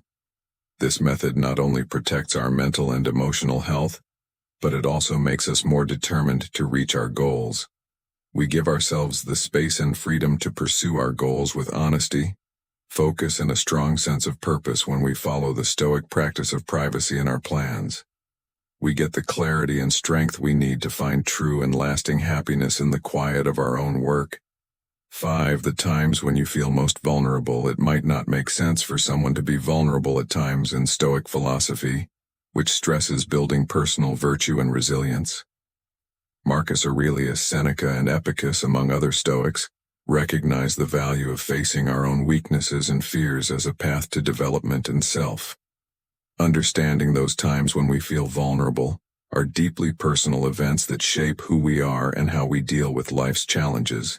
Stowe would say that these kinds of times should be kept secret, not because they show weakness, but because the self-reflection and growth they encourage are inherently personal. When we keep our vulnerable moments to ourselves, we can work through our feelings and experiences without other people judging or affecting us because of its solitude. This place is perfect for deep reflection and self-discovery. To face our fears, question our beliefs, and ultimately find strength in our ability to overcome adversity, we need to be alone with our thoughts and feelings. A big part of Stoic philosophy is this process, which stresses how important it is to master yourself and your thoughts. Following the Stoic principle of focusing on what we can control, our thoughts, feelings, and actions allows us to deal with our weaknesses in private. The Stoics also know how important it is to be able to rely on yourself and how powerful it is to face our weaknesses without looking for approval or sympathy from others. This doesn't mean that getting help isn't a good idea. It just means that the main journey of realizing and overcoming our weaknesses is a personal one. Going inside to deal with our deepest fears and doubts is a sign of the Stoic virtues of courage and wisdom. You can really practice the Stoic ideas, feels of calmness and courage in these private moments. They help you get ready to face the world with more strength and clarity. Stoicism's practice of keeping times of weakness private is a deep recognition of how personal growth and self-improvement are. It tells us to see our flaws not as instances of failure, but as chances to learn more about ourselves and grow as people. We show the Stoic virtues of courage, wisdom, and self-reliance by being honest about our weaknesses in front of our own reflection. This way of doing things not only builds a strong and good character, it also makes sure that our path to self-mastery stays real and true. We find the strength and wisdom to live a life based on Stoic principles, one based on virtue, and the pursuit of personal excellence when we are alone and feeling weak. Number 6, how much money you have. Stoic philosophy offers a different perspective on the issue of financial status, in a world where wealth and financial success are often displayed and openly discussed. Stoics like Marcus Aurelius Seneca and Epictetus say that virtue, wisdom, and contentment are more important than wealth and other things that people can see. Stoics believe that persons' character and their pursuit of a good life are more important than the things they own when it comes to true wealth.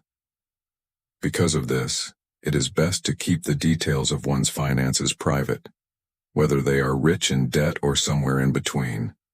This method encourages modesty, stops pointless comparison, and keeps the attention on what really matters: growing as a person and living an ethical life. Stoic philosophy says we should focus on what we can control, like our character actions and how we deal with life's challenges. Keeping our financial situation a secret is in line with this Stoic principles of living a simple life and being happy with what you have. Support the practice of keeping money matters private. We develop a sense of gratitude for what we have regardless of how it compares to others. By doing this way of thinking encourages a simple life, where happiness isn't tied to money, but to the quality of our relationships, the pursuit of wisdom, and the practice of virtue. Stoic advice to keep financial information private also makes sure that interactions aren't tainted by assumptions or biases. This makes it possible for relationships to grow deeper and more meaningful, based on mutual respect, understanding, and shared values. Today, people are very focused on getting things they want. This way of doing things reminds us of the Stoic belief that a person's worth is not in their money but in their character and virtues. By putting privacy about our money first, we embrace a way of life that measures success in personal growth, contributing to the well-being of others, and the pursuit of wisdom. This supports the Stoic idea that real wealth is found in the quality of our lives and relationships, not the amount of things we own. Number 7. Your complaints and anger. Personal grievances and resentments are seen through the lens of introspection and control over one's reactions in Stoic philosophy, which places a strong emphasis on reason, emotional resilience, and the pursuit of virtue. Marcus Aurelius Seneca and Epictetus all stressed the importance of overcoming negative emotions through comprehension, forgiving, and realizing that only our reactions to external events can harm us. So letting off steam and holding on to anger are not only useless, they go against the principles of Stoicism. These philosophers would say that these kinds of things should stay private, because talking about them in public often makes things worse and takes attention away from personal development. And finding tranquility. Stoic advice says to focus on what we can control, which means keeping our complaints and anger to ourselves by choosing not to talk about every wrong or unfair thing we think has happened to us. We take back control of our emotions and refuse to let outside events control us. By doing this, We are encouraged to think about what our problems are, work on solving them within ourselves, and learn to forgive others and ourselves in order to maintain our composure and peace of mind in the face of life's unavoidable challenges. This process helps us develop emotional maturity and character. The Stoics also thought that actions spoke louder than words. The virtues we want to grow are shown by how we handle our complaints in private, and how we show resilience and forgiveness through our actions in addition to being good for our own health. This way of thinking might also make the people around us think about how they react and maybe take a more calm approach to their problems. Stoic advice to keep our complaints and anger to ourselves teaches us the value of resolving problems within ourselves and the power to control how we react to things that happen in the outside world in order to live a good, peaceful life. It challenges us to rise above small arguments and emotional upheaval, and instead, focus on our own growth. We develop resilience, forgiveness, and emotional intelligence by adhering to this principle, all of which improve our overall health and allow us to live in harmony with the world around us. We find the strength to let go of negativity and move forward with grace and wisdom in the solitude of our own reflections. Let us use the wisdom we've learned from Stoic philosophy to make our daily lives better. The decision to protect our inner sanctum, our hopes, our weak spots, our personal boundaries, and beyond becomes a source of strength and serenity in a world full of noise and the demand for our attention. Remember that the power of privacy is not in hiding who we are, but in honoring the sacred places inside of us that promote development, wisdom, and resilience.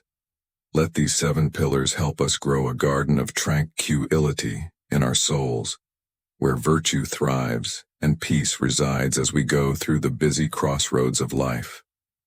Just for a moment, imagine that the most important thing you can do to live a meaningful, happy life isn't something you can buy, earn, or get from other people. It's already inside you, just waiting to be found and used. This isn't just a thought experiment. It's based on the wisdom of Stoicism, a philosophy that has helped countless people find meaning, tranquility, and peace in their lives over the centuries. Stoicism teaches us that the key to a good life is not praise from others or material wealth, but learning how to value ourselves through the virtues of temperance, courage, wisdom, and justice. It serves as a strong reminder that despite the chaos and challenges of the outside world, we have the solid foundation for our own happiness and well-being inside of us. We're getting rid of the layers of societal expectations and self-doubt to find the timeless Stoic principles that can change how we see the world and ourselves.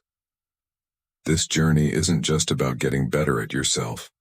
It's also about rediscovering our true worth and learning how to live in line with our deepest values. You have come to the right place. If you want to find personal freedom, resilience, and fulfillment, sign one. Putting up with less than you deserve. We've all done it at some point or another, right? We settle and make concessions all the time, whether it's staying in a job that drains us, staying in relationships that don't make us feel better, or not going after our dreams because we're afraid we believe this is the best thing that can happen.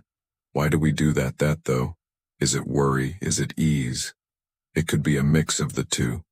Stoicism teaches us that these outside things don't change our true worth, our essence. If you're in a palace or a prison, Stoicism says that what makes us unique is not where we are, but how we react to it.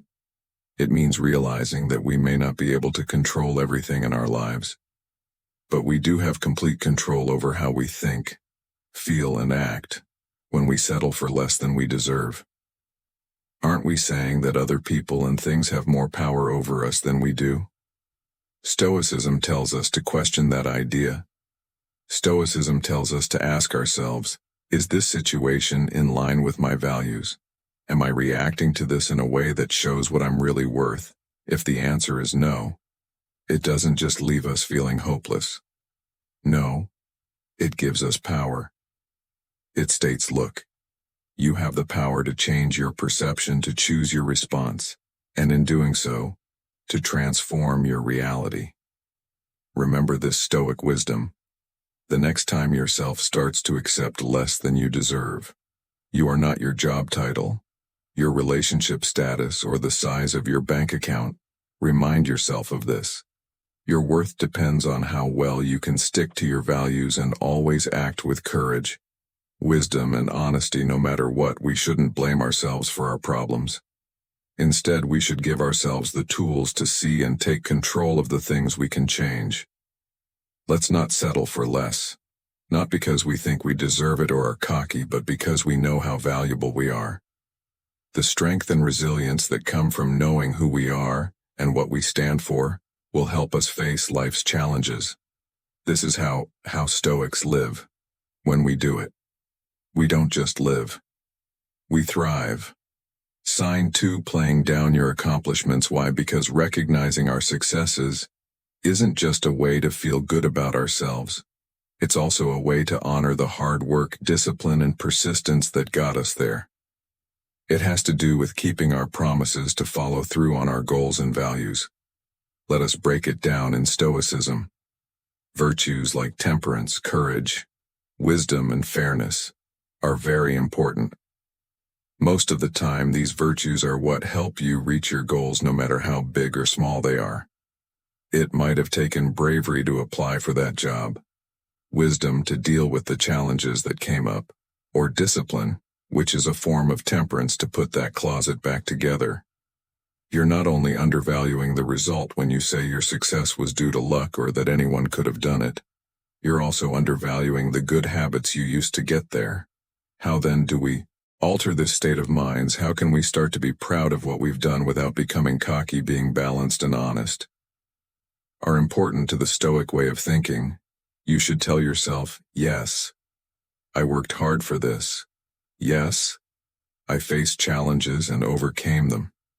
And yes, this achievement is a reflection of my hard work and my virtues. You should do this not to boost your ego, but because it's the right thing to do. Okay? Now I want you to think of something new you can do. It does not matter how big or small it is. Think about the good things you did to get there. You might have been very disciplined, you might have been brave and left your comfort zone to solve a problem. You might have used your wisdom. No matter what it is, take a moment to recognize it and the good things that led to it. You're not supposed to pat yourself on the back during this exercise. Instead, it's meant to help you see the truth about your character and work. Adopting this Stoic practice can change how we see our own successes and how we see ourselves. It helps us stop being fake modest and start really appreciating our own strengths and skills when we recognize our accomplishments. It's not about our egos, but about the good qualities we've shown and the hard work we've put in. Sign 3: putting the needs of others ahead of your own. It happens all the time, right? Sometimes it feels noble, selfless, and even heroic to do things like stay late at work to help a coworker, skip your morning run to make breakfast for your family, or put your own dreams on hold to help someone else's. Still, there's a catch. Putting other people's needs ahead of your own all the time can make you tired, angry, and lose your sense of self. If you try to fill cups from an empty pitcher, you'll get nowhere. You run out at some point. Being detached or self-centered is not what Stoicism is about. It actually puts a lot of weight on being good and making society better. But it also shows us how crucial self-care is. Why? Because taking care of yourself isn't selfish. It's what makes it possible to care for others. Well, let us break this down a bit. Stoicism teaches us about the difference between what we can control and what we cannot. We are in charge of our own thoughts, beliefs, actions, and yes, even self-care. No matter how much we want it to be different, we can't directly affect the health and happiness of other people. What we can change, though, is how ready we are to help support and love the people around us. We need to start by taking care of ourselves. How much more patient, understanding, and present are you for the people in your life when you're well rested, healthy, and at peace? How can you help their health and happiness even more effectively? Mental and emotional resilience are just as important as physical health in this situation. It means having the inner strength to care about others, give them good advice, and be a source of stability and strength for them. How then do we find this middle ground? How can we make sure that helping others doesn't mean we forget about our own needs? First, you have to realize that self-care isn't a nice-to-have or an afterthought. It's important. It means setting aside time for things that make us feel better, like working out, meditating, reading, or just being alone for a few minutes. It means being able to set limits and say no when we need to. These things should not be done for selfish reasons, but because we want to be our best selves for the people we care about. You are being asked to think of one way you can put your own health first this week. What could it be? Committing to a daily walk, making time for a hobby you love, or setting limits on your work hours when you do something to take care of yourself. Remember that it's not just for you. It's also a way to make sure that when you do help other people, you're being your best self. Sign 4. It's hard for you to accept compliments. Stoicism teaches us how important it is to look at ourselves with an open mind. This means being honest about our weaknesses as well as our strengths. We should not think about our worth in an egotistical way, but in a fair and balanced way. Why is it so hard for us to take compliments most of the time? It's because we have a skewed view of ourselves. It's possible that we're focusing too much on our flaws, or we may have been taught that recognizing our strengths makes us cocky. But here's a Stoic view to think about. Being humble doesn't mean denying our strengths. It means recognizing them in a grounded and realistic way. It's about seeing ourselves as they really are without the ego or insecurity getting in the way. Stoicism teaches us that recognizing our strengths and accomplishments does not make us less valuable. Accepting compliments with grace is a good way to become more self-aware and objective. It helps us see the good qualities we have in the work we've put in, which helps us understand who we really are. When someone says nice things about us, they're usually noticing something real and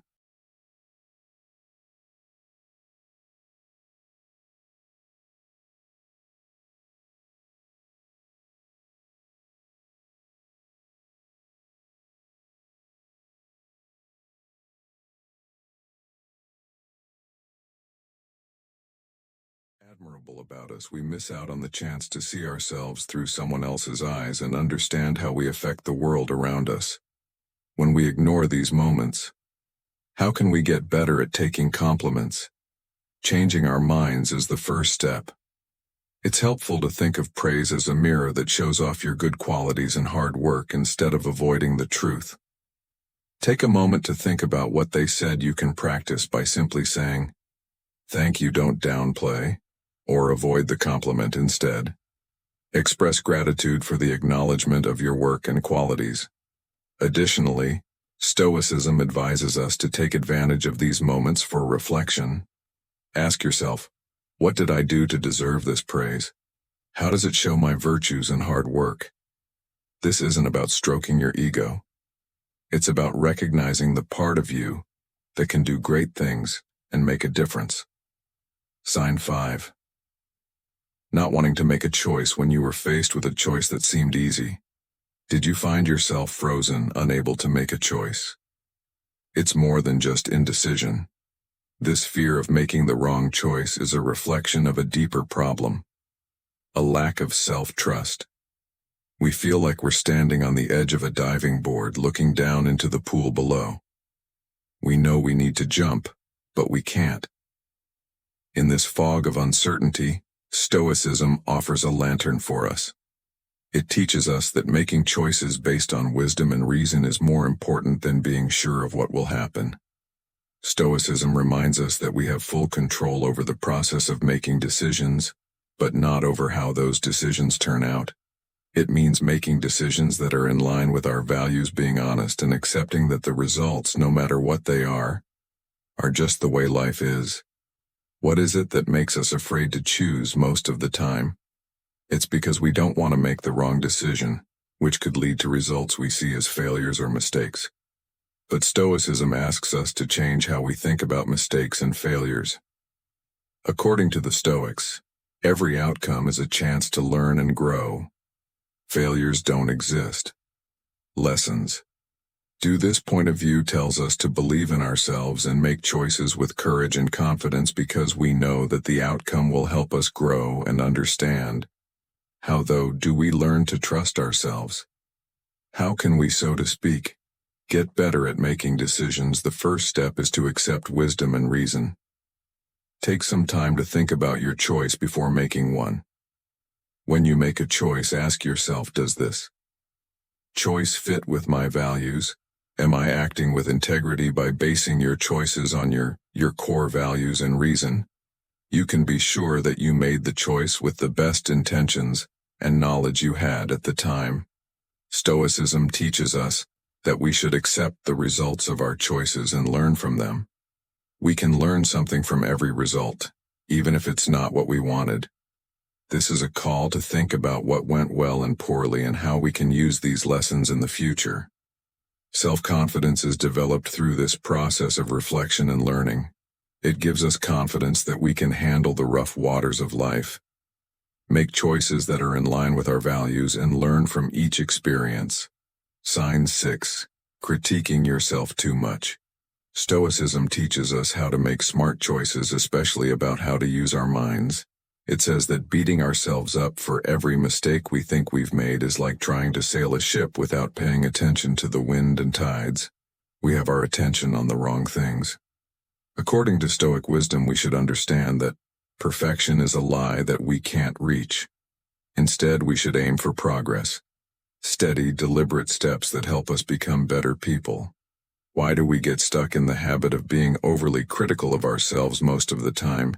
It's because we hold ourselves to impossible standards, ones we would never hold anyone else to. We forget that part of being human is having flaws, making mistakes, and most importantly, being able to learn and grow from them.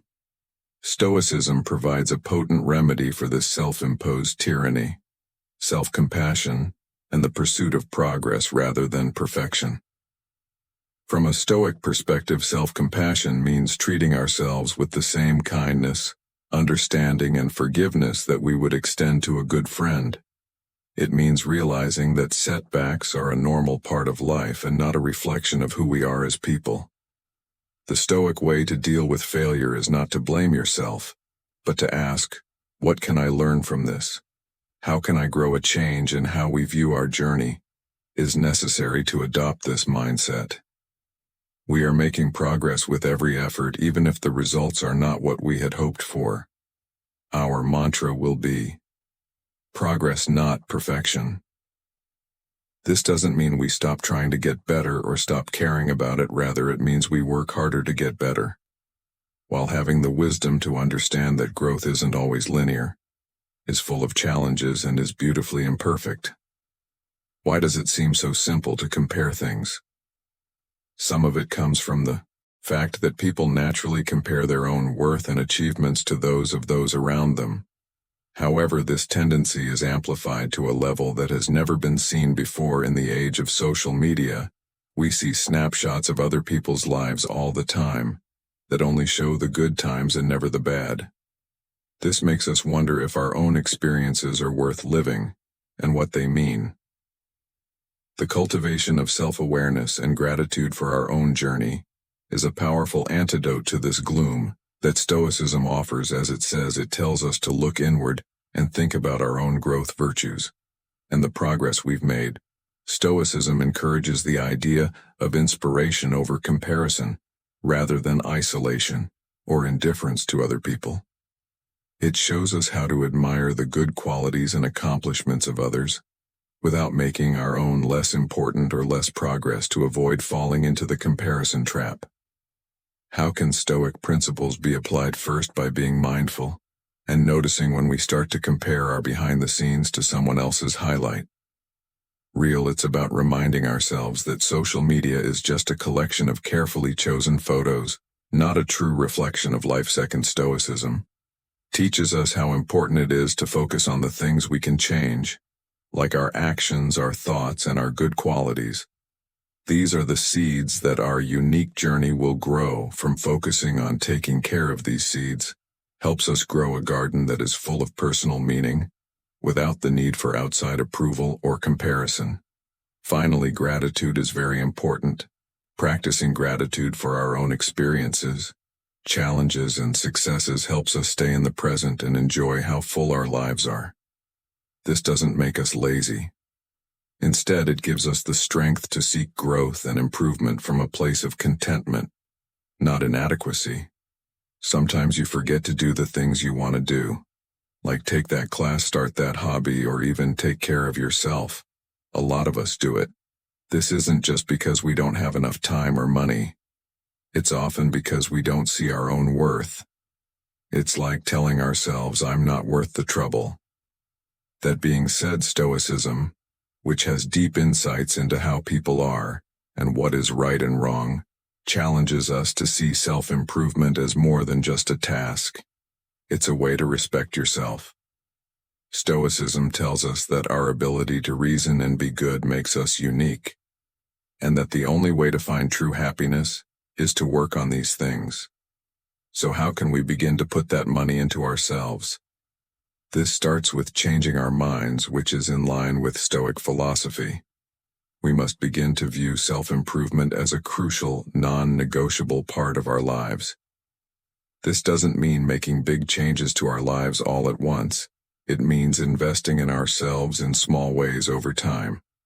A simple way to do this could be to read a book about something that interests us, meditate for a few minutes every day, or start a hobby that makes us happy. The importance of reflection and self-examination is another lesson that Stoicism teaches.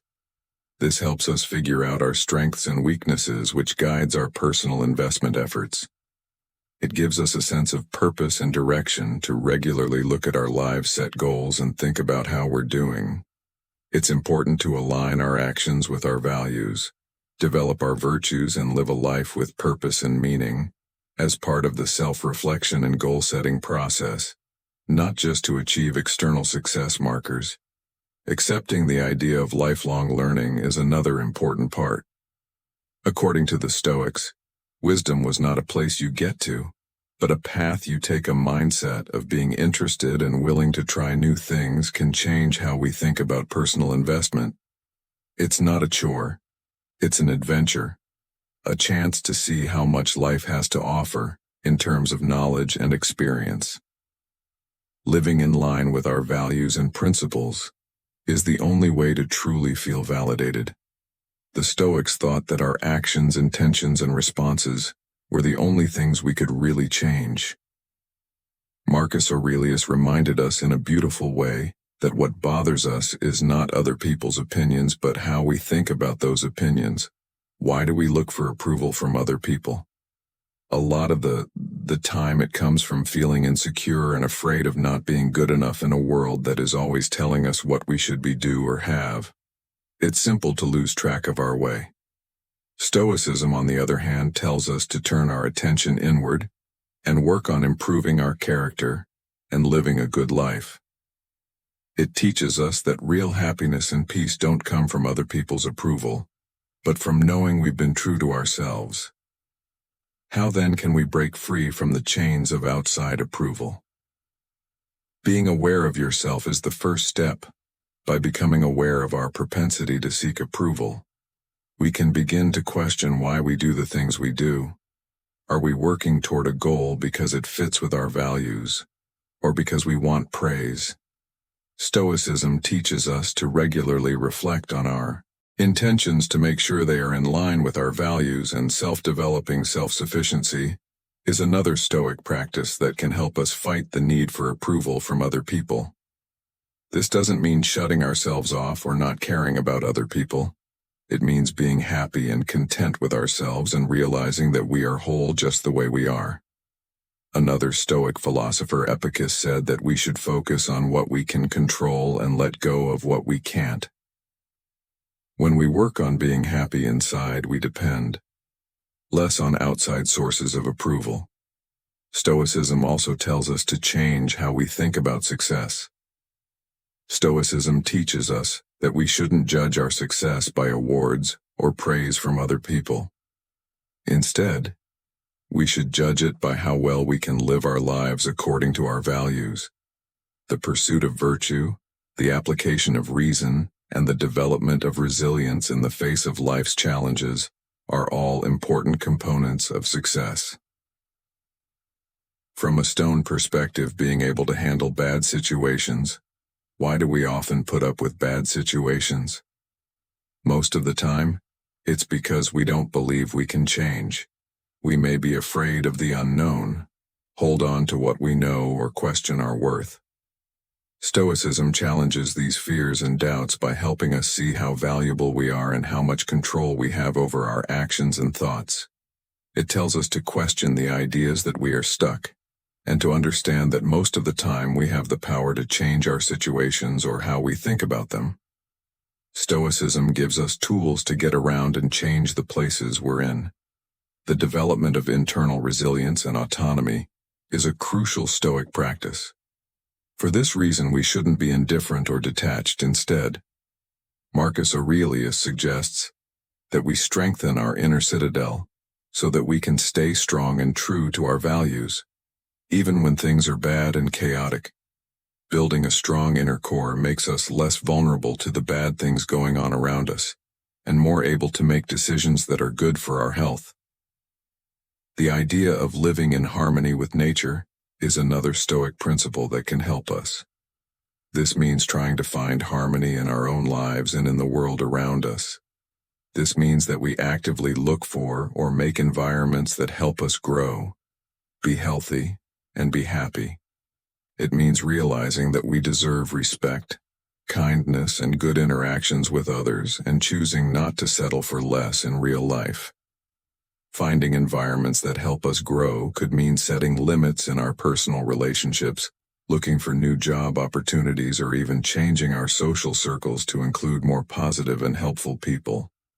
It also means putting time and effort into creating a personal space by doing things like journaling, meditating, or hobbies that are good for our mental and emotional health.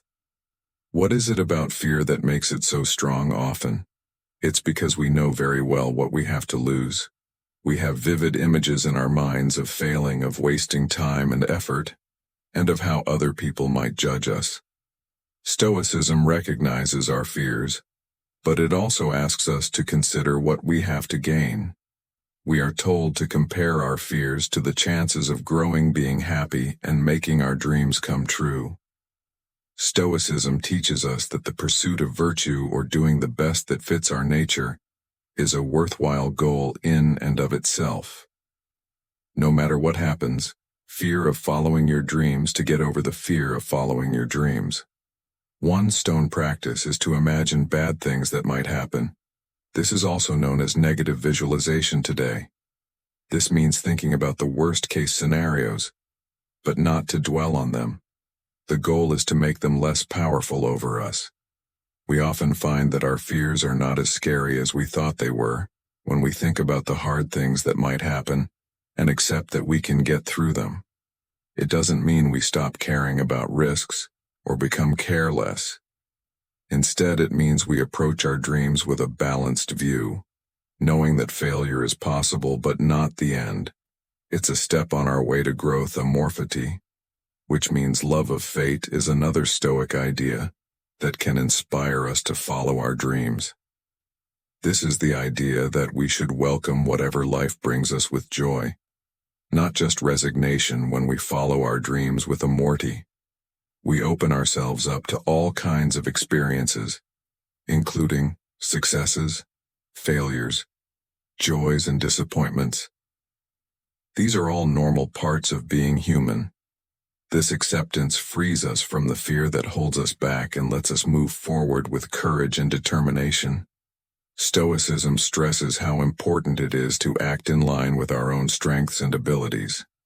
It reminds us that our real worth doesn't come from what we've done, but from how committed we are to living a good life and working hard to reach our goals with honesty, courage, and integrity. In this light, being afraid to follow our dreams is not only something that stops us from succeeding, it also stops us from living a life that is truly ours.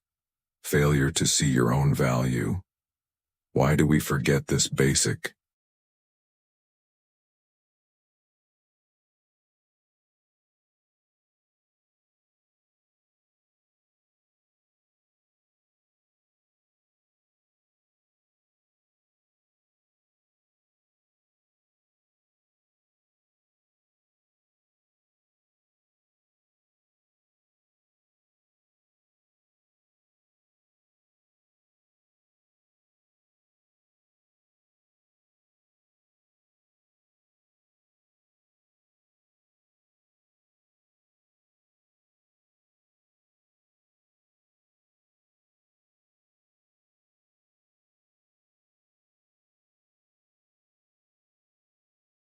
lesson from Stoicism? So often part of the reason is that we naturally want to connect with others and feel important. If we don't watch out, this can make us look for our worth in the reflection of other people's opinions, or in the milestones of success. We reach Stoicism, on the other hand, teaches us that real worth comes from living in line with our nature and virtues. Epicurus said very well that the best way to be free is not to get what we want, but to get rid of what we want. This principle has a big impact on how we think about our worth. Real freedom and happiness don't come from approval from other people, but from understanding and accepting our own worth. Stoicism tells us to stop focusing on what we can do for other people and start working on improving our character. It teaches us that our worth is not based on the titles we have, the money we have, or the approval we get, but on our promise to live a good life and always act with honesty, kindness, and courage no matter what. Not that accomplishments and praise don't matter. They do. What I mean is that they are not what make us valuable. Our worth is built into us and can't be changed, just like the stars in the sky at night. Realizing this frees us from always looking for approval from other people. What can we do to develop this calm sense of our own worth? Self-reflection, which involves looking inward to recognize and value our strengths, efforts, and resilience, is where it all starts. Recognizing that our skills, character, and potential are the real measures of our worth. Practicing gratitude for them is a big part of it. It also means learning to separate our sense of worth from other people's opinions, which change, and from the short-term nature of accomplishments. This distance isn't a sign of indifference. It's a way of seeing things and figuring out what's important in the big picture of our lives. This feeling can come from a lot of different places, like past traumas, societal norms, or personal failures. We compare our journey to others, only seeing the best parts of their lives, while being very aware of what goes on behind the scenes in our own. We doubt our worthiness because of this comparison, which is fueled by the false belief that happiness is a limited resource that is only given to those who deserve it. Stoicism tells us to get rid of these false ideas and see that happiness is not a reward but a way of life. It asks us to think about our values, make sure that our actions are in line with these values, and find joy in the pursuit of virtue and the practice of reason. Stoicism teaches us to focus on what we can control: our thoughts, actions, and reactions, and let go of what we can't.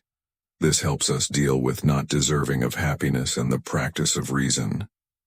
This way of looking at things gives us the power to create our own happiness through the choices and attitudes we have every day. How can we adopt this serious way of looking at happiness? It starts with changing the story we tell ourselves about being worthy. We need to fight the idea that being happy depends on accomplishments, approval from others, or being perfect. Believing that happiness comes from being good, making the best decisions we can, and enjoying the present moment is a better way to think about it. Stoicism also emphasizes the value of gratitude. When we practice gratitude, we change our attention from what we don't have to what we do have from what we think we don't have enough of to the abundance in our lives. This change in perspective is very important for feeling like you deserve happiness because it lets you see the good things, chances, and potential in your daily life. Stoicism reminds us how important it is to have friends and family. Finding happiness is not a journey you take by yourself by building meaningful relationships and supporting each other. We know that our worthiness for happiness is supported not only by ourselves, but also by the love and wisdom of those around us. Now it's time to go on a deep dive into the human mind and find the knots that hold us back from being mentally strong. We will face these shadows by drawing on the ancient art of Stoicism and come out on the other side as architects of our own strength. 1. We often get caught up in the illusion that we are in charge of outside events because we are holding on to the illusion of control in the maze of our thoughts where shadows dance. It's a tempting lie, a mirage that draws us into the world of fake omnipotence. The profound truth that has been hidden in the recesses of our minds is revealed by Stoicism with Epicurus as our guide. Epicurus, who seems to speak through the ages, reminds us with a voice as old as the universe itself. We can't change the things that happen to us, but we can always change how we react to them. This statement, a light of calm, enlightenment, shines through the darkness of our skewed perceptions. The most important part of Stoic wisdom is not trying to control the outside world, which is a constantly changing mosaic that we can't grasp. Instead, real resilience comes from being able to control how we react to life's unpredictable threads. This revelation is where our power is kept safe. We can shape our futures not by fighting the things we can't control, but by taking control of our inner world when we face the storms going on around us. The Stoic path helps us get through them. It teaches us that we don't have control over the chaos going on around us, but over how we react to it. We use the chisel of our reactions to carve meaning from the raw materials of Saint like a skilled artist shaping a work of art. We should stop trying to change the outside world to fit our needs, says Epicurus, and put our energy into controlling our own reactions instead. By doing this, we reveal a source of strength, resilience, and untapped potential, instead of a pointless fight against things that can't be controlled. The Stoic journey is an inner journey to mastery of self when life is full of unknowns. Stoicism shines like a lantern showing the way to self-mastery. Even though the shadows may still be there, accepting the Stoic revelation frees us from the false allure of outside control. We are in charge of our own lives not by taking power from the world, but by shaping our responses with the timeless wisdom found in Epicurus's words. When people in the holy halls of Stoic wisdom fear the inevitable, Seneca said something profound.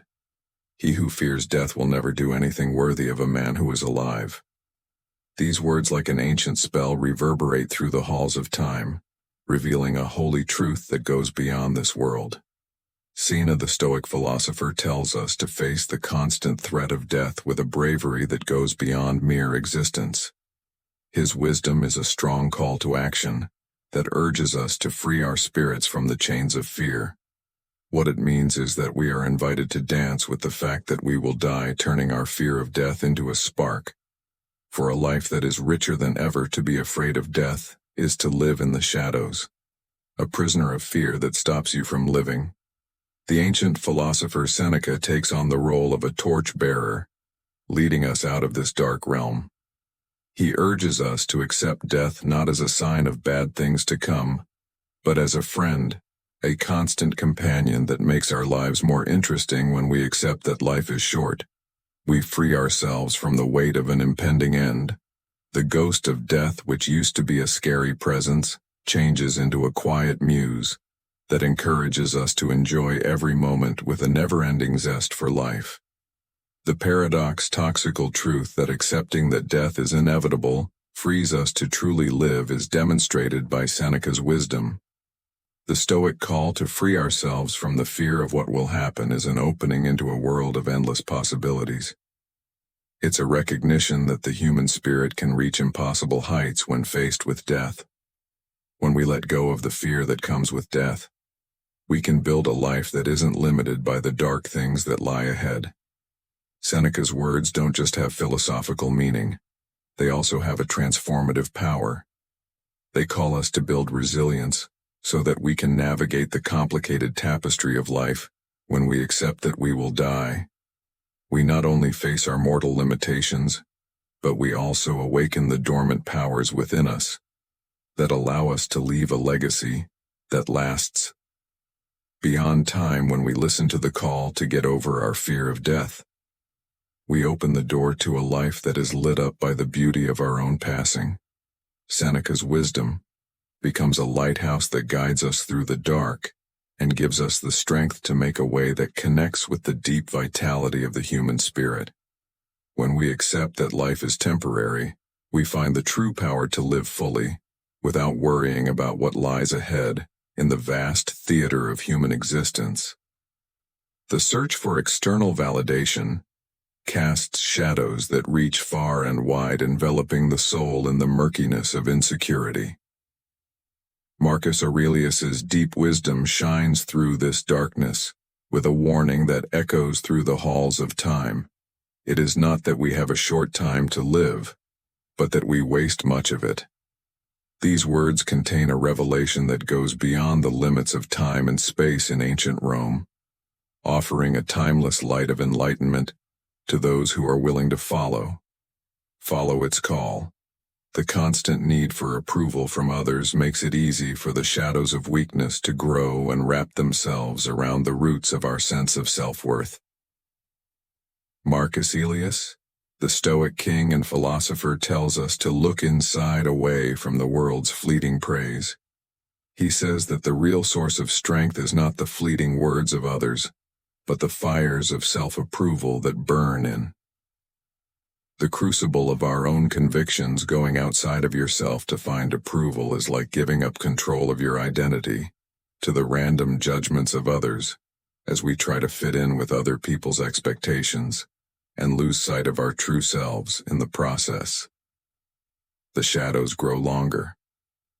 Marcus Aurelius, a famously Stoic figure, begs us to break free from this self-imposed prison and look deeply within. True strength is built in the holy place of self-approval. It's not the praise of many people that makes someone strong. It's staying true to their own principles and values when we know how valuable we are. The fires inside us get fed. This is where the authentic self is shaped and improved. The whispers of approval from other people are short-lived, like echoes that disappear into the distance of time. By turning our attention inward, we can walk along a path lit by the steady flame of self-validation, which can stand up to the winds of other people's opinions. Having this inner strength protects us from the shadows of weakness, so we can stand firm in the face of the world's temporary judgments. Marcus Aurelius's Stoic wisdom tells us to take back our time from people who are looking for approval. When we understand how valuable each moment is, we stop wasting our life's currency on seeking unattainable external affirmations. We invest in the wealth of self-approval, instead building a resilience that goes beyond the fleeting nature of praise from others. When we embrace Marcus Aurelius's wisdom, the shadows of our weakness fade, and the light of self-approval shines on our path. In this inner sanctuary, we find a strength that lasts unaffected by what other people think.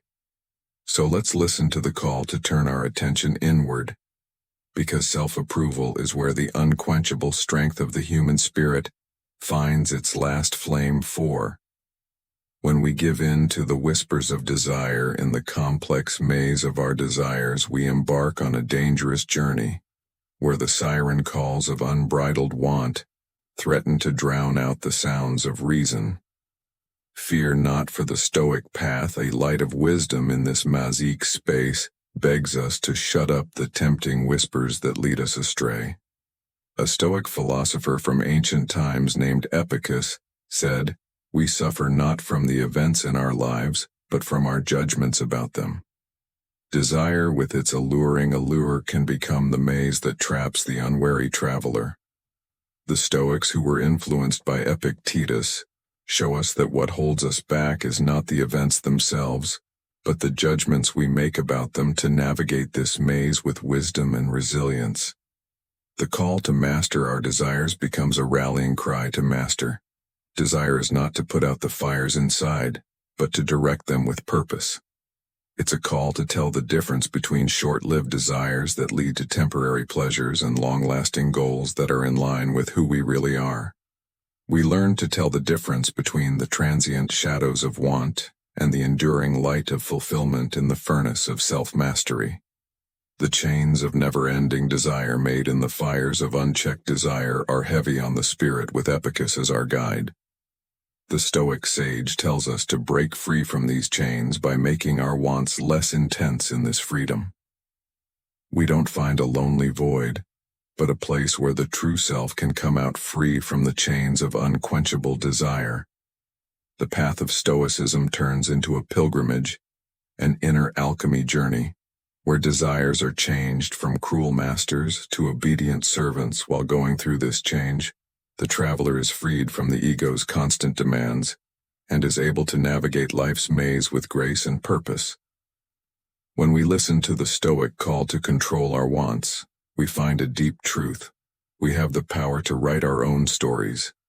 Events that happen around us become opportunity. For growth and self-discovery, rather than chains that bind. Epicus, in his sage wisdom, tells us that suffering is not caused by events themselves, but by how we interpret them. The Stoic soul finds comfort in the silence that comes after the noise of unrestrained wants, once a confusing maze. The labyrinth of desire changes into a holy place where clarity rules. Taking control of our desires is where the stone path shows its transformative power. This is the power that frees us from the labyrinth traps and lets us walk forward with purpose, resilience, and a strong commitment to our soul's deepest desires. 5. In the huge cosmic tapestry. There are things that try to stop the flow of change, but change is always there, shaping the very fabric of the universe. Somber. Souls that are in tune with the beat of the cosmic. Find comfort in Heraclitus's deep teachings, which include the phrase "change is the only constant." These words hold a timeless truth, showing how everything is always changing. We have to pay attention to change because it's like an ethereal maestro conducting the symphony of life. Stoics, who got their ideas from Heraclitus, say that we should accept that things are always changing with an open mind to fight against the ebb and flow of change is to face the unending void, a chasm that people who stand against the cosmic current risk falling into. Through the light of Heraclitus's wisdom, the Stoic path invites us to give up, but not to the void, but to the beautiful river of existence. We find a deep serenity in this surrender, an oasis in the midst of life storms, to move through this river of change with grace, letting its currents carry us to new shores of experience and understanding. We must accept that it is inevitable. To fight against change is to fight against the very nature of things. The Stoic soul, on the other hand, picks a different path, one of acceptance and living in balance with the cosmic dance. When we give up, we become skilled dancers who move in sync with the complicated choreography of change and find beauty in the way it flows, with its twists and turns. Life is like a river that takes us through landscapes of happiness and sadness, growth and decay.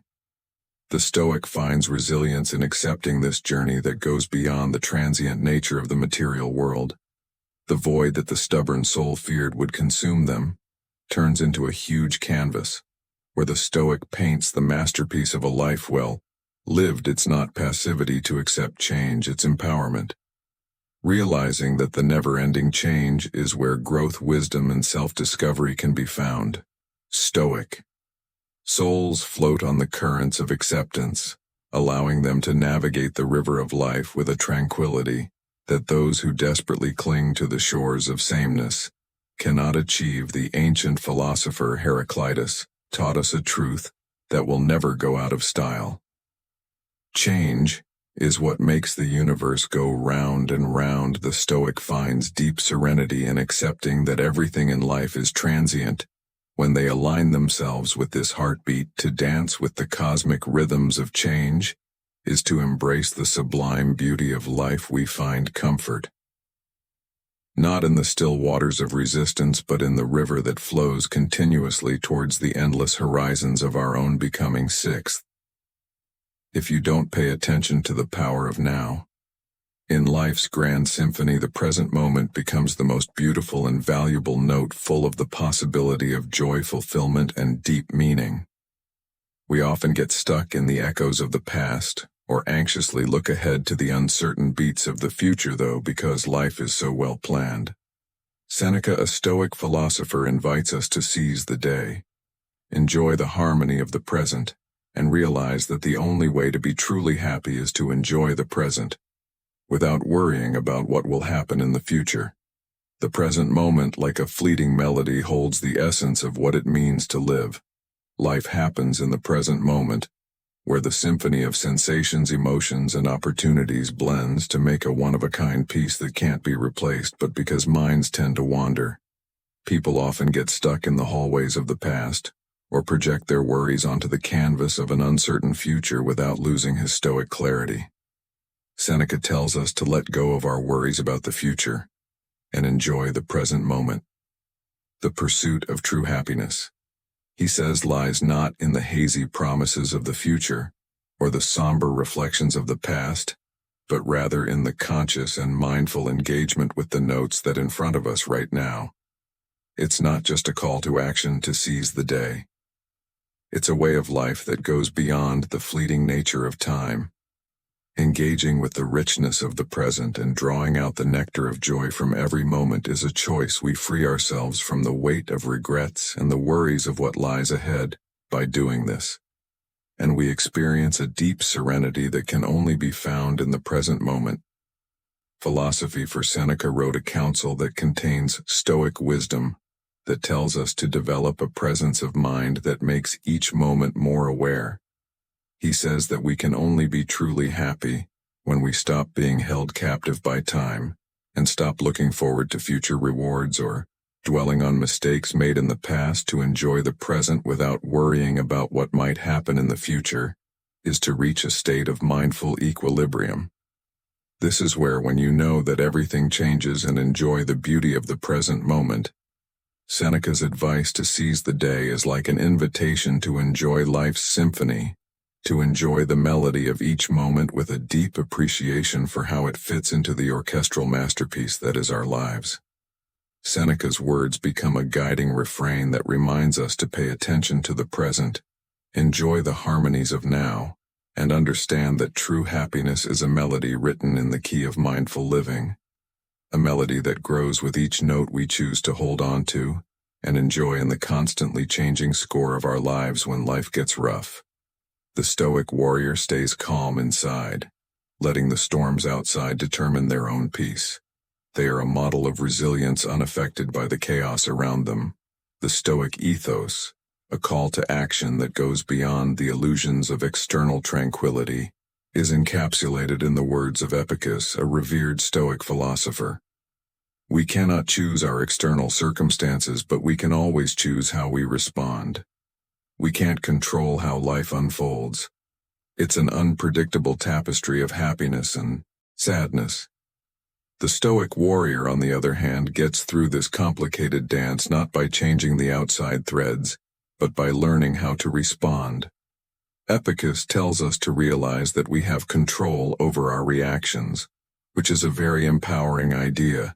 That is at the heart of Stoic resilience. Building castles on shifting sands is like clinging to the illusion of external tranquility, because the world is always changing. Stoics, on the other hand, look inward because they know that true and lasting peace doesn't depend on the random events of life. Instead, it is a fortress built in the depths of the soul, a safe place where the storms that happen outside can't get in the Stoic warrior, doesn't hide in a false utopia of unbroken serenity, or deny the existence of external challenges. Instead, they face the chaos head-on, knowing that their inner strength is the key to their overall health and happiness. The Stoic soul develops its fortitude in the face of adversity. Even if we can't change the things that happen around us, how we react to them determines our fate. The Stoic warrior learns to deal with chaos in a way that goes beyond it, through disciplined self-reflection. They become not a victim of their circumstances, but a creator of their own fate. A deliberate practice.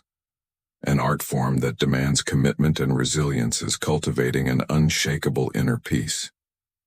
It means training the mind to tell the difference between the temporary chaos of the outside world and the deep lasting calm that lives inside each of us through this inner alchemy. The Stoic warrior learns that real mastery is not in controlling the storms, but in riding them out with a calm and peaceful mind. Epicus tells us that the Stoic warrior's journey is a call to accept the contradictions of life, to know that we can't control what happens in the outside world, but strongly control how we react to it in this dance between chaos and calm. The Stoic warrior stands out as a symbol of the strong human spirit, one that can choose the steady path of inner peace and resilience, even when life is rough. If we ignore the inner citadel within, in the crucible of the soul, where the fires of experience shape the core of who we are, there stands an inner fortress, an impregnable bastion that can stand up to the chaos that flows through the corridors of existence. A lot of people have said this over the years, but Marcus Aurelius, the philosopher emperor of Stoicism, said very little is needed to make a happy life. It is all within yourself. In your way of thinking, this deep command is an invitation to strengthen the citadel within, because that's where our real strength lies. The birthplace of the inner fortress is the crucible of the soul, which is a figure of speech for the place where life's problems shape who we are. Marcus Aurelius, a Stoic luminary, lights the way to the sanctuary, an inner stronghold that can't be damaged by the storms that may come from the outside. This safe place is not made of bricks and mortar, but from the things we think, believe, and point of view. Marcus Aurelius said that to strengthen this citadel means to understand the power that lies within us, the power that comes from the way we think.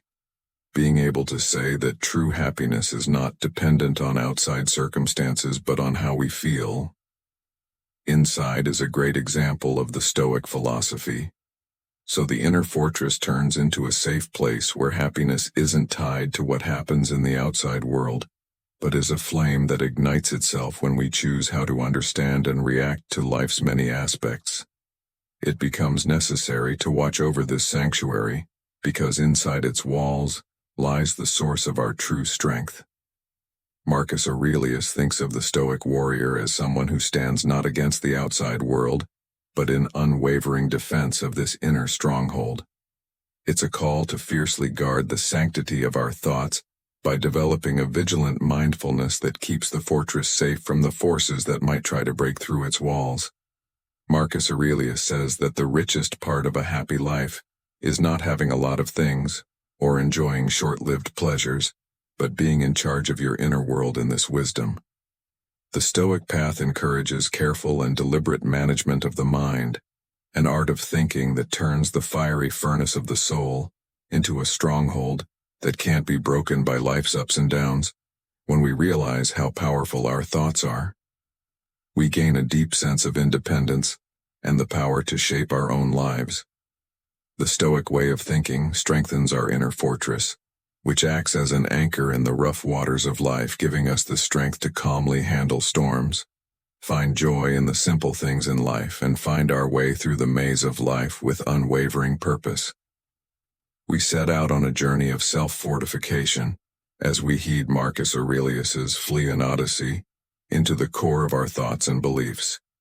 As soon as the inner citadel is strengthened, it turns into an unbreakable source of strength and a lighthouse of resilience that guides us through life's challenges. Protect it with all your might, because inside its walls lies the key to a happy and fulfilling life, a treasure trove of happiness that can't be touched by the changes in the outside world. As we walk the boards of life, we realize that the script we follow is not just our own creation. We are living in the vast cosmic theater where the people who inhabit existence play their parts on a stage that goes beyond the limits of time and space. The Stoic sage Epicus says something profound: we have 2 ears and 1 mouth, so that we can listen twice as much as we speak.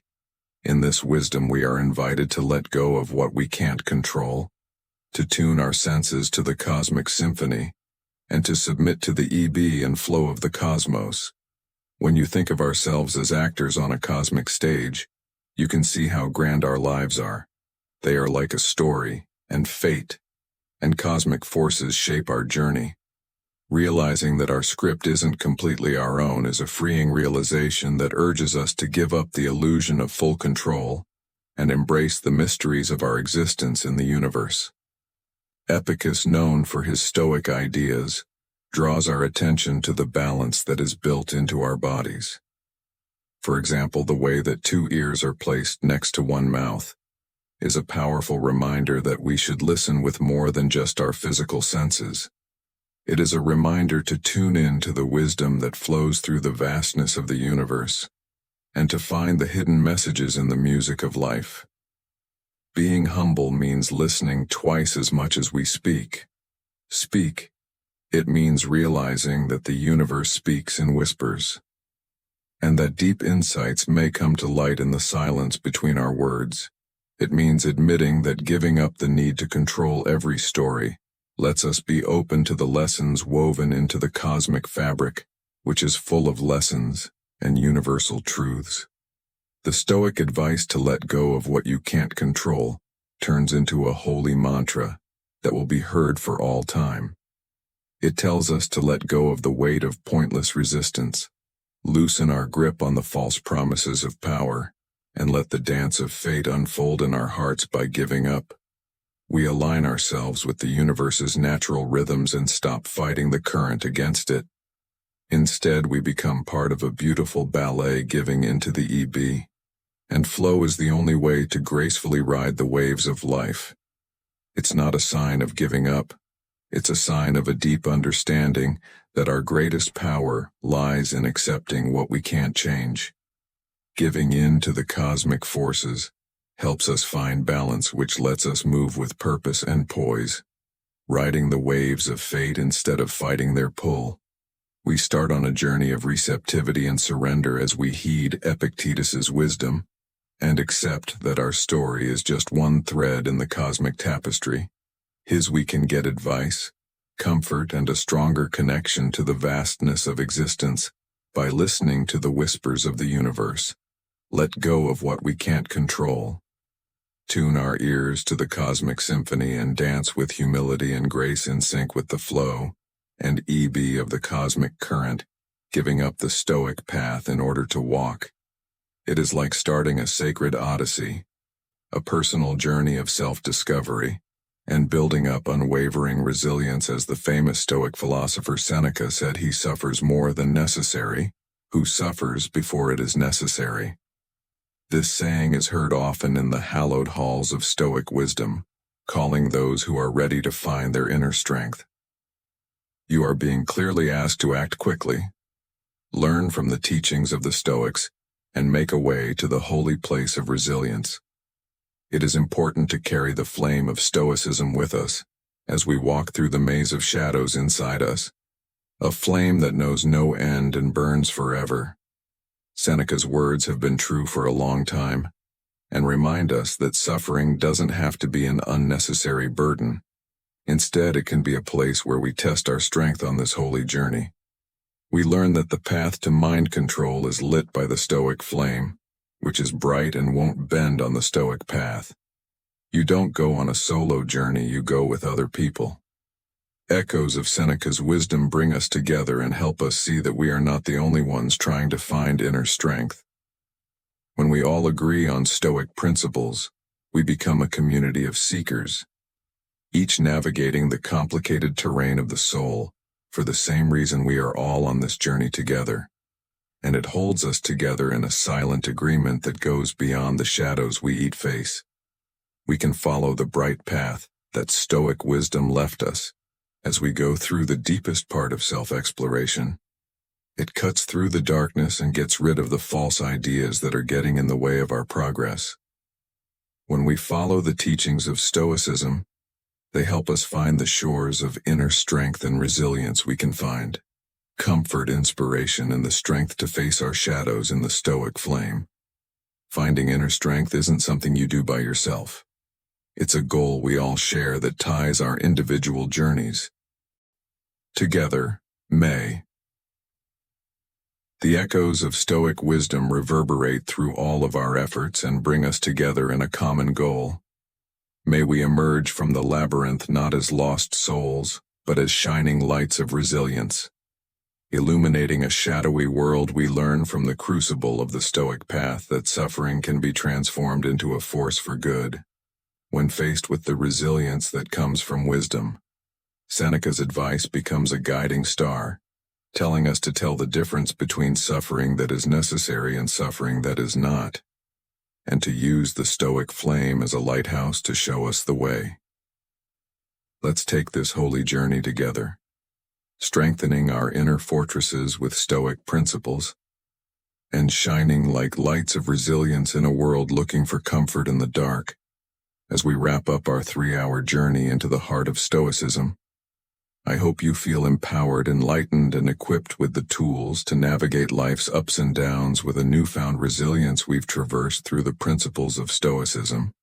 From understanding what's within our control, to embracing obstacles as opportunities for growth. The wisdom of the Stoics is timeless, offering a beacon of clarity in our often tumultuous lives. Remember, Stoicism isn't just a philosophy to be studied. It's a way of life to be lived. The transformation you seek begins with small, consistent steps. Whether it's practicing mindfulness, reflecting on your daily experiences, or simply choosing to respond to challenges with calm and rationality, every effort counts. I encourage you to revisit these teachings whenever you need a reminder of your inner strength and the tranquility that can be achieved through Stoic principles. Life is a continuous journey of learning and growth, and Stoicism provides a solid foundation to build upon. Thank you for spending these hours with me, exploring how to transform your life with Stoicism. The journey doesn't end here, it's just the beginning. Continue to seek wisdom, practice virtue, and live a life of purpose. Remember, the best time to begin. Your Stoic practice was yesterday. The next best time is now. Let's carry forward the lessons learned and create a life filled with peace, resilience, and fulfillment. Farewell, and may your path be guided by the light of Stoicism.